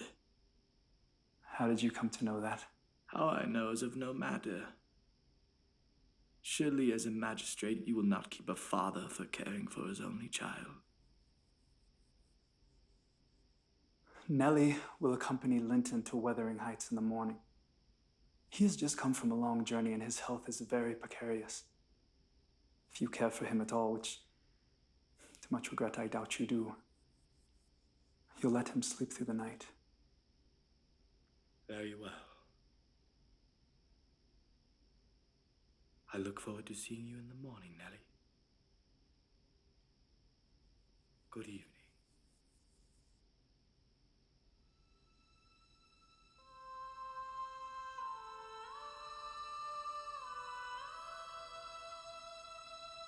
Mr. Linton commissioned me to take the boy home early. He was very reluctant to be roused from his bed at 5 o'clock and astonished to be informed that he must prepare for further traveling. But I softened off the matter by stating that he was going to spend some time with his father, Mr. Heathcliff, who wished to see him very much.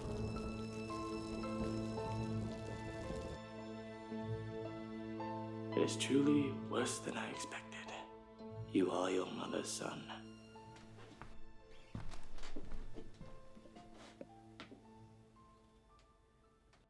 Do you know me? No. You've heard of me, I dare say. No. Your mother was wicked to leave you in ignorance of the sort of father you possessed. I hope you'll be kind to your son, Heathcliff. He's the only kin in the world you'll ever know. Remember that. I will be very kind to him, Nelly. You needn't fear. After all, my son is the prospective owner of Thrushcross Grange, and I should not wish him to die until I was certain of being his successor. That is the sole consideration in which I can endear the whelp. Food for the young Linton. I cannot eat that. The dainty chap says he cannot eat it. His mother was just the same. Just as hard to please. Don't mention his mother to me again, and get him something he can eat. See, Nelly? All is fine. Have a good afternoon. On a beautiful spring day, my young lady asked to have a ramble on the moor with me. She was off like a young greyhound.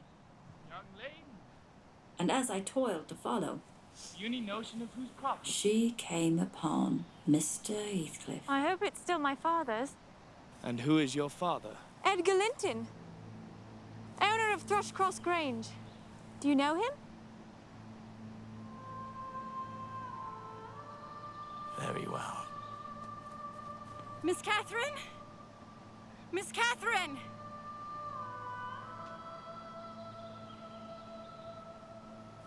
Is he your son? No. But I do have one. And you've met him before. My house is just over the hill. Perhaps you would like to come to tea. You ought to come with me at once. I will not. This man has just invited me to tea and says that I know his son. I'm sure he's mistaken, but what an adventure. Heathcliff, my master, will hate me if he found out I allowed her to enter your house. I will be blamed for your devious design and discharged. My design is as honest as possible. I wish for the two cousins to fall in love and marry. And you needn't worry about your job at the Grange. There's always a position for you at Wuthering Heights.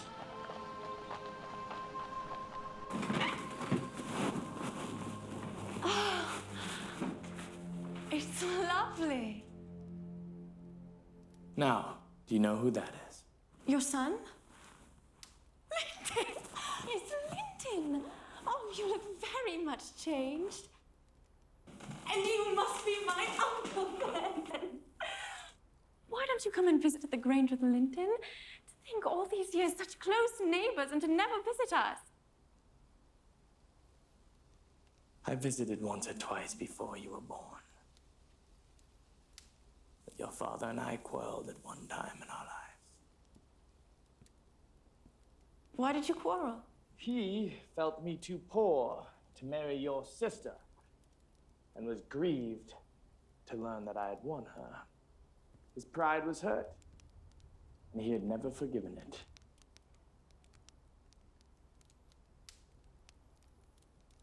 Linton and I will have no share in your quarrel. If Papa will not let me come here, then Linton must come to the Grange. To walk 4 miles will kill me. Please, come here, Miss Catherine. Not every morning, but once or twice a week. Linton, have you nothing to show your cousin? Take her to the garden. Oh, that sounds lovely. Wouldn't you rather sit here?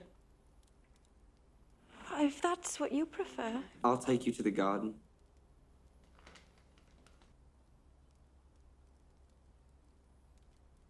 Very well. Behave like a gentleman, mind you. And take your hands out of your pockets.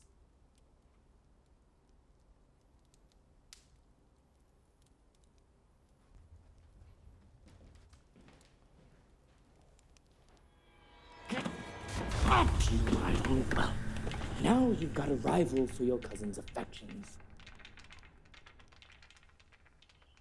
What does that name mean? Some damnable writing. I can't read it. I can read. I want to know why it's there. He does not know his letters. Because you believe in the existence of such a colossal dunce. Has anyone attempted to teach him? Or is he simple? Please, there's nothing the matter but laziness, is there, Earnshaw? My cousin fancies you an idiot, Earnshaw.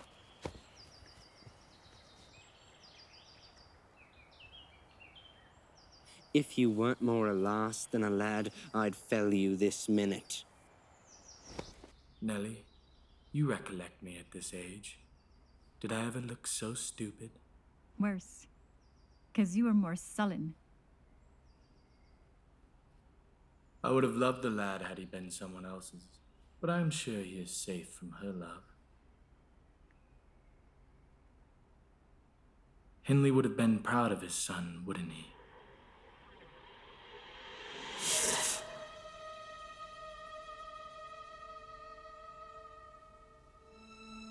Almost as proud as I am of mine.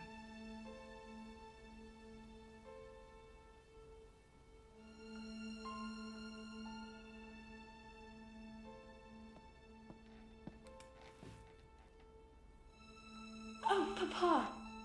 I saw Linton the other day at Wuthering Heights. I met my uncle, too. Why didn't you tell me that Linton was nearby?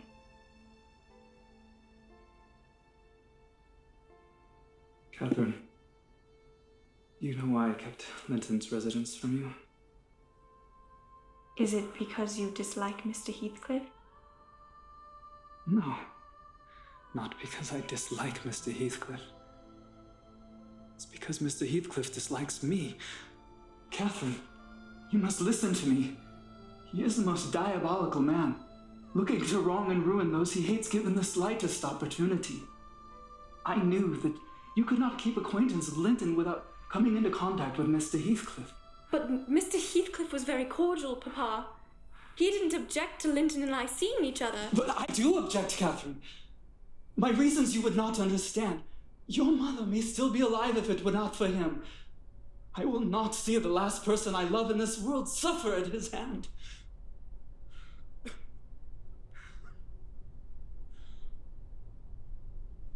You are to stay away from Wuthering Heights.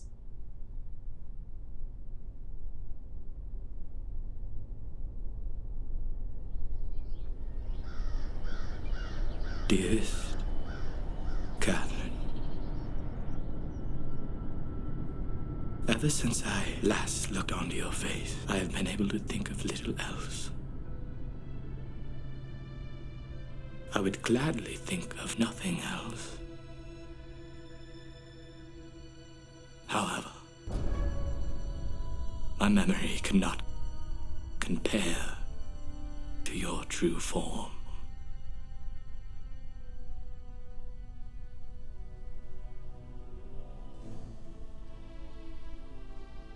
I am still not well enough to make the trek to the Grange.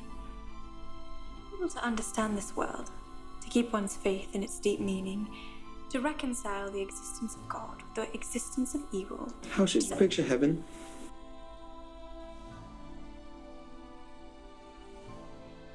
You must find a way to defy Uncle Edgar and see me here at the Heights.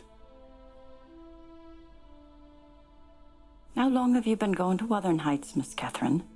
In a rustling green tree, with bright white clouds and birds of all sorts pouring music in at all sides.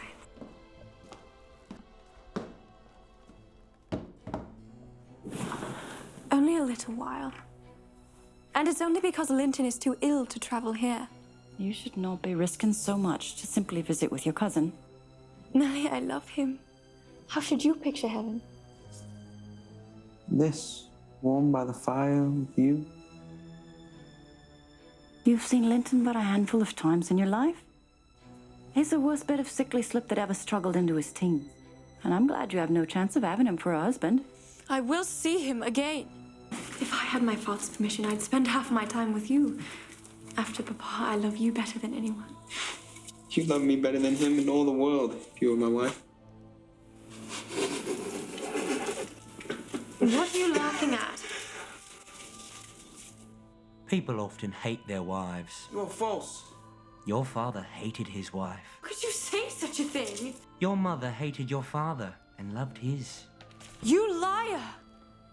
You cruel-hearted fiend! I'll not remain another moment in... No! Catherine, please don't leave. You will come back, won't you? Only if he's not here.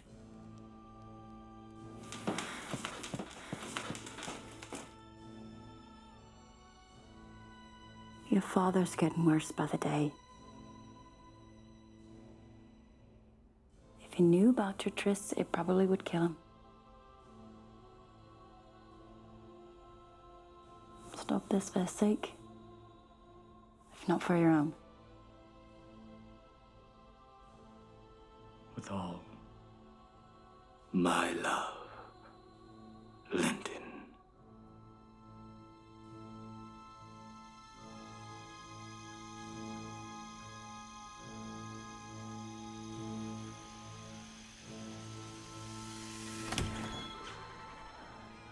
Oh, Linton, I'm so sorry it took me so long to get here. I had to read my father to sleep. Good evening, Catherine. It's been so long since you graced my house with your presence. My father is very ill. The rumor goes he is on his deathbed. Is that an exaggeration? I'm afraid not. Well, perhaps I can console you with a gift. I give you what I have. It is hardly worth accepting, but all that I have to give you is my son. What? Father wants us to be married. He knows I'm glad you will not approve, but he's weary of my dying. Thus, we have to be married in the morning, and you can return to the Grange in the morning. I'm not afraid of you. Give me the key. Oh, you're not afraid of me. Your courage is well disguised.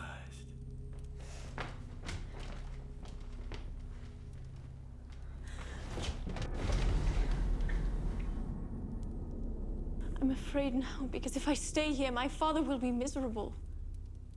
Please, let me go home. I promise to marry your son tomorrow if you let me go now. I'll make sure you keep your promise, and you will not leave this house till I am your father. The only father that you will have in a few days. At least send word to let my father know I'm safe. His happiest days were over when yours began. He cursed the day you came into this world. I did, at least.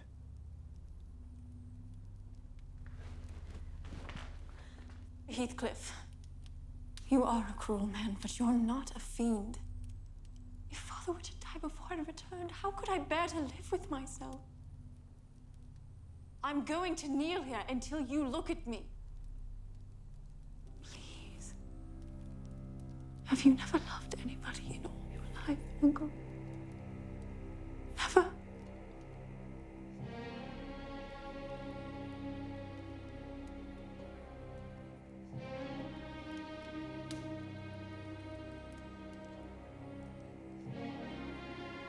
Get your fingers off of me.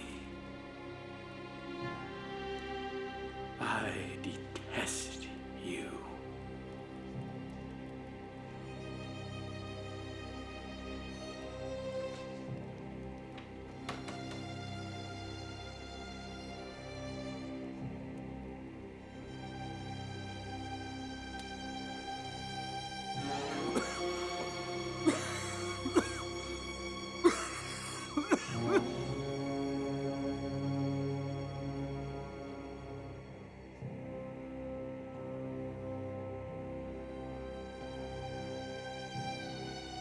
Everton, please tell my father who I am.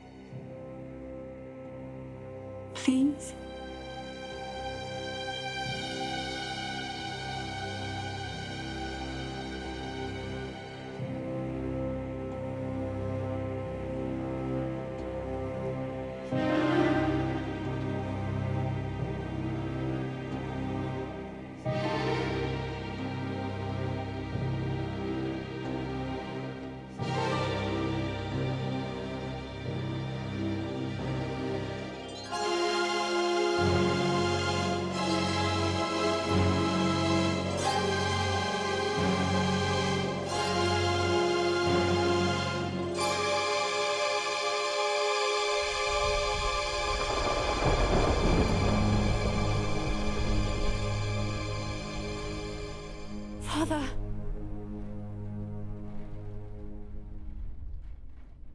Catherine. Where have you been? Out on the moors. But I'm here now. I'm here.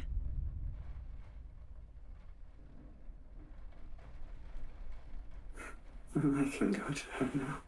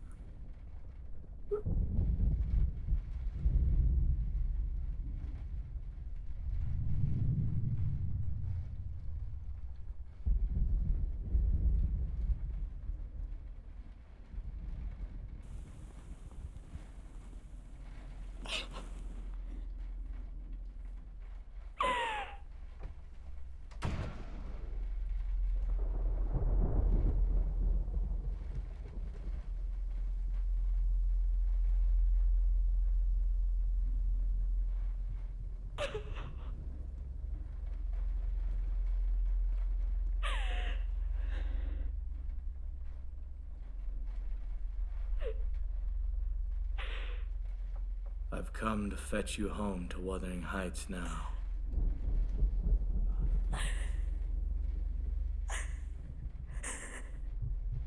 Father just died. Listen, no end to your cruelty. Please. I am seeking a tenant now for this house, and I want my children about me.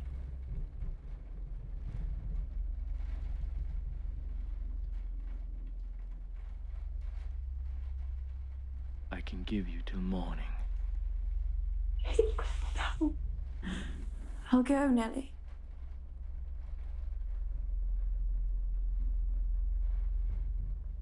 Linton is all I have to love in the world now. I know he has a terrible nature, but I know he loves me. And for that reason, I love him.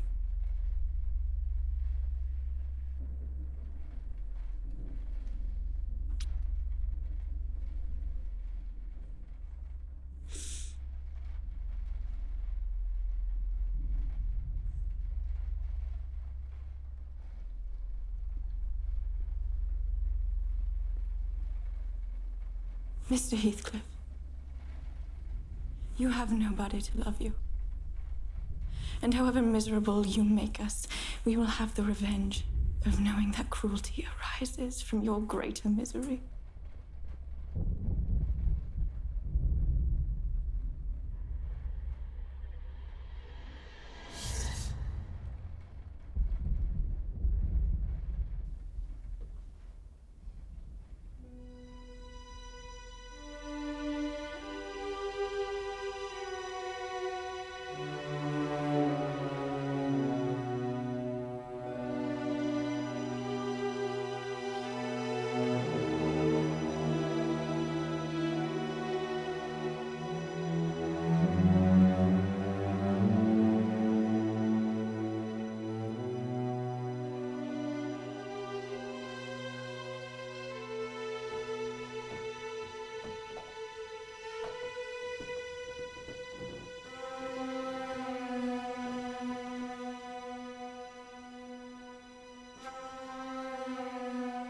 Linton is dead.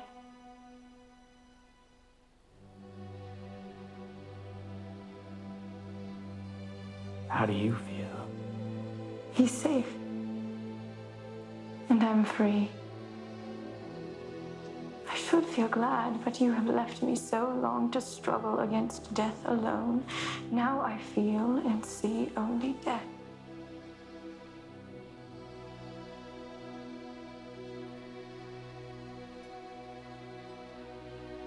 Here is Linton's will. As you can see, he has bequeathed all that was his and all that had been yours to me. The Grange is mine.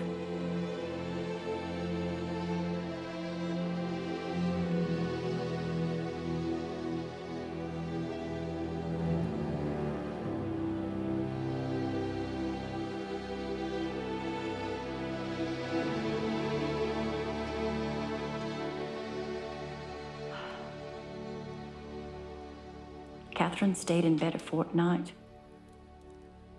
When Mr. Heathcliff was unsuccessful at finding a tenant for the Grange, I offered my services at Wuthering Heights. Not even that would stir my mistress from her bed. And that brings us to now.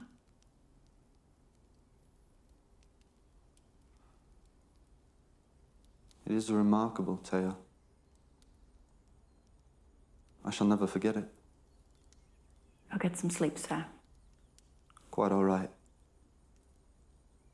I must collect my thoughts.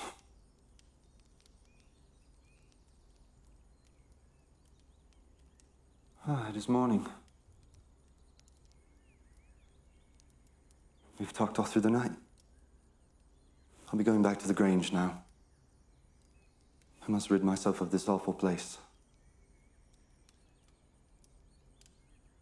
Thank you, Miss Dean, for the accommodation and the insight.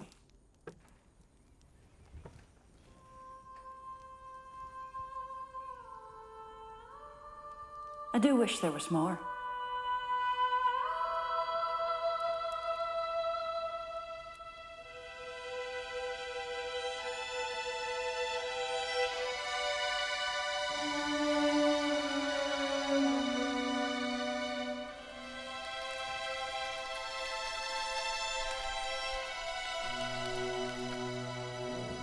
It's good to see you, Miss Catherine. Are you feeling any better? I suppose. I found some of your mother's books. Would you like to read one to us?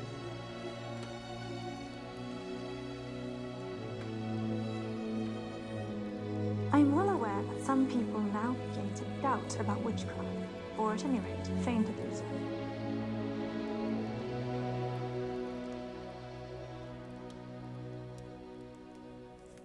How dare you touch me? Get away from me! I despise you. I would have given my life for one kind word when you were my jailer, but you kept off. I asked Mr. Heathcliff. Be silent! I would rather be anywhere than hear your detestable voice in my ear.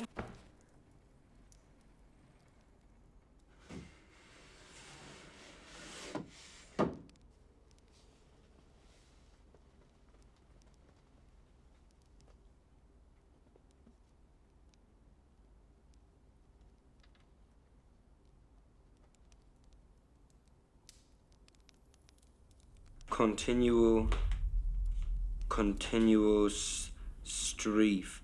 No. Strife. No.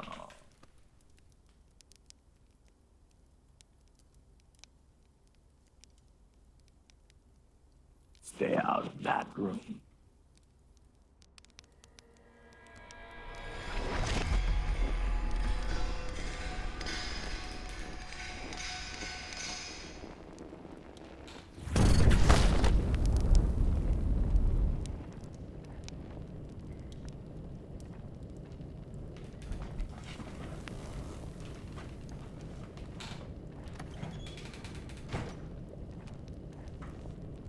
Strife.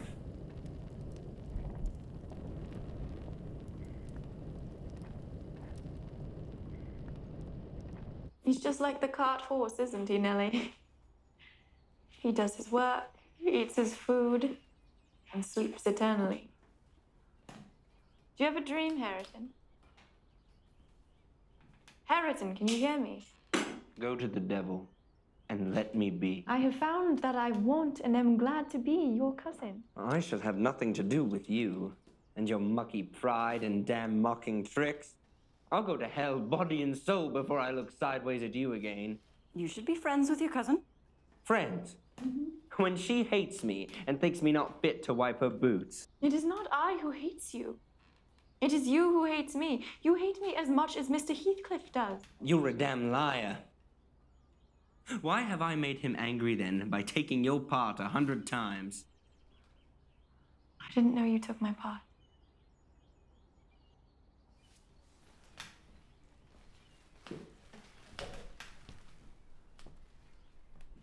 I was miserable and bitter at everyone, but now I thank you and ask you to forgive me.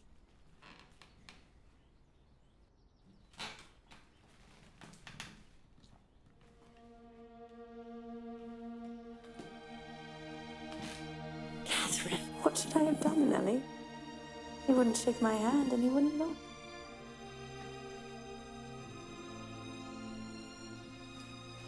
Nelly, since Harrington won't speak to me, will you tell him that if he takes this book, I'll teach him to read it. And if he refuses it, I'll go upstairs and never tease him again.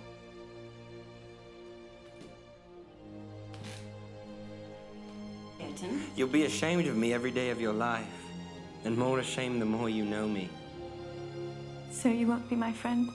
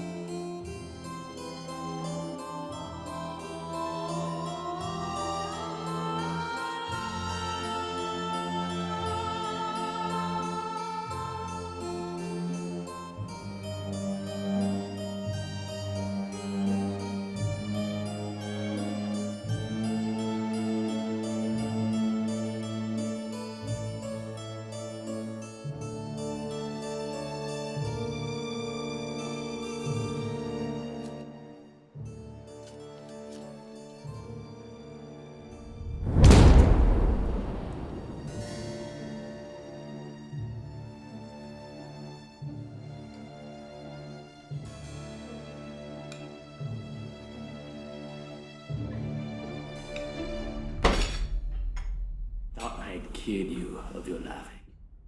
It was me. Mr. Heathcliff, might I plant a small flower garden on the north side of the house? No. She already has. What is your grievance, Joseph? Ah, an Harrington. They pulled up 3 of my fine furs. She's bewitched the lad, with bold eyes and forward ways. Pull the flowers up. How can you begrudge me a few yards of earth when you have taken all my land? Your land, you insolent slut. You never had it. And my money. Enough. And Harrington's land and money. If you strike me, Harrington will strike you, so you might as well sit down.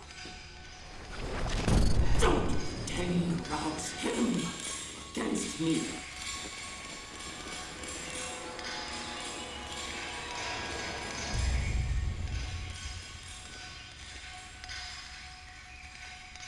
You should avoid putting me into a passion.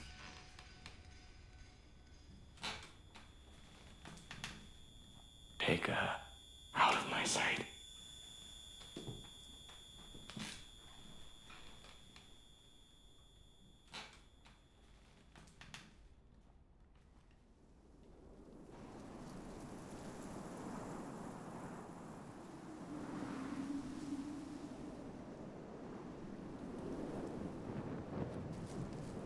Why don't you eat, Papa?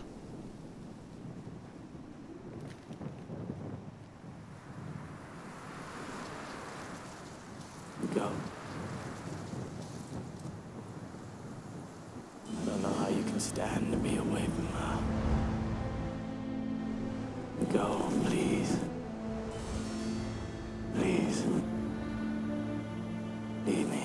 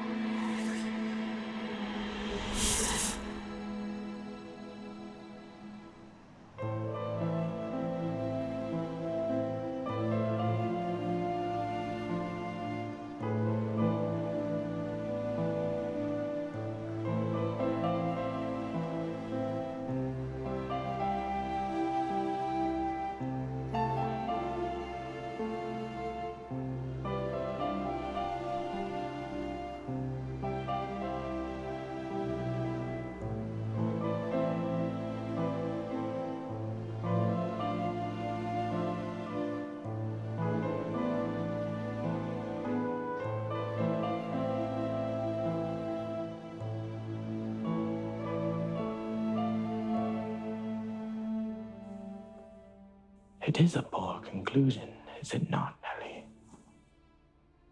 My old enemies have not beaten me, and now is the precise time to revenge myself on their children. I could do it, and no one could hinder me.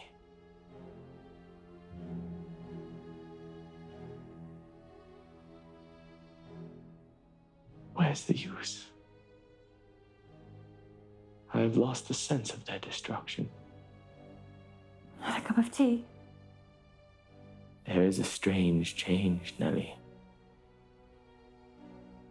In every tree, in every cloud, filling the air at night and caught by glimpses in every object by day.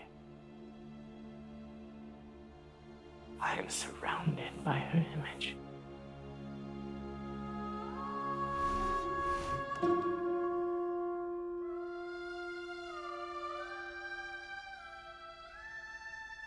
Most ordinary faces mock me with resemblance.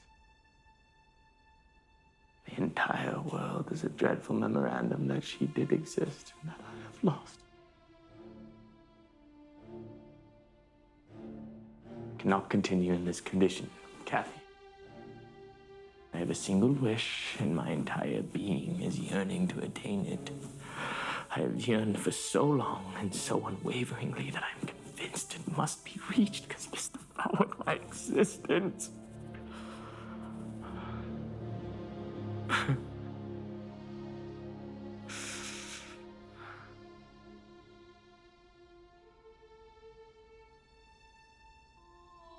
It has been a long fight.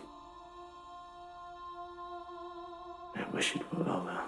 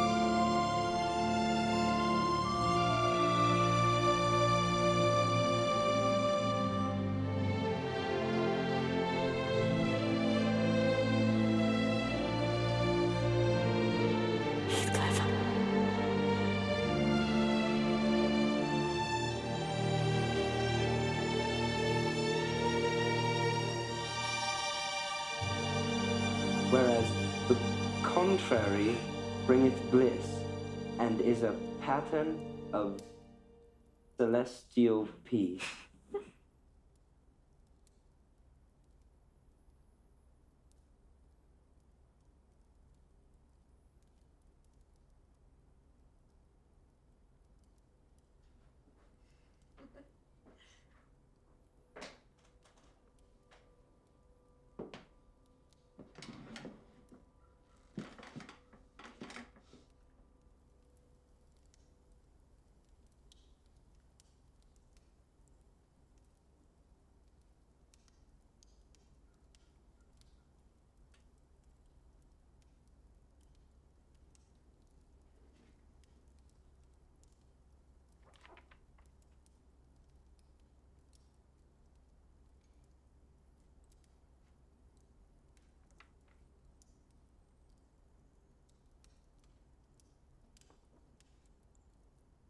To you, I've made myself worse than the devil.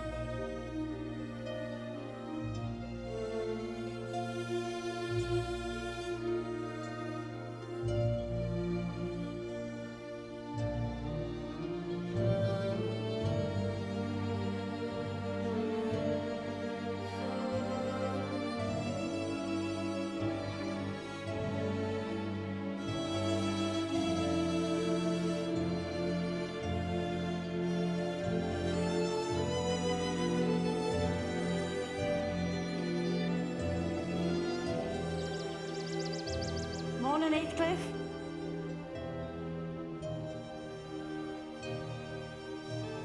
Heathcliff?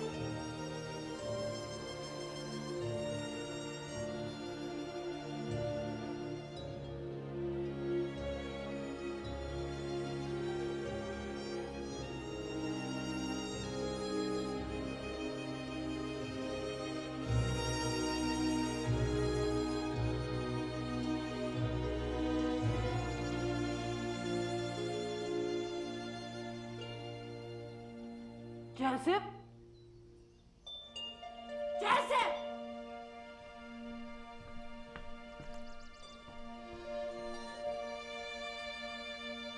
Harrington!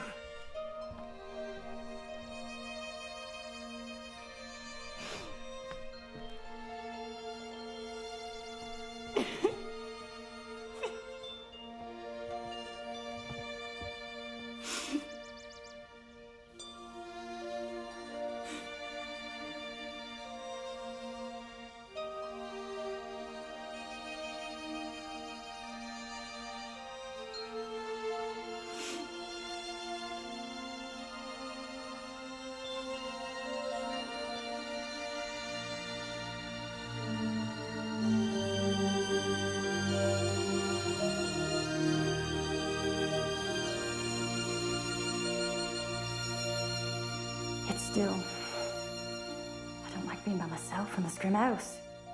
How can it help it? I should be glad when they leave it and shift over to the Grange. Hareton and Catherine are going to the Grange, then? Aye. As soon as they're married on New Year's Day. Since you're vacating the Grange, there's no use for you staying in this dreary house. Who will live here, then? Joseph will take care of the house. But the rest of it will be shut up. For the use of such ghosts that choose to inhabit it?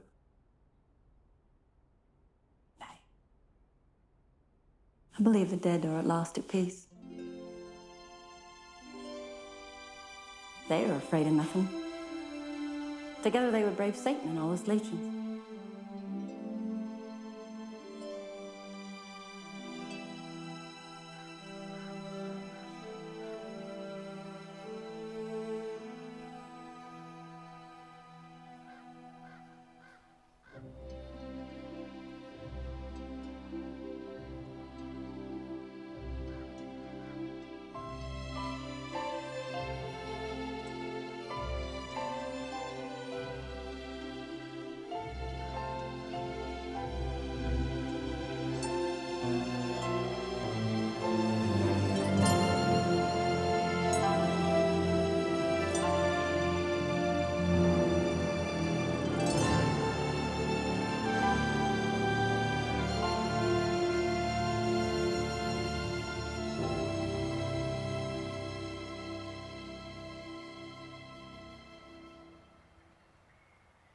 I wonder how anyone can imagine unquiet slumbers for the sleepers in that quiet earth.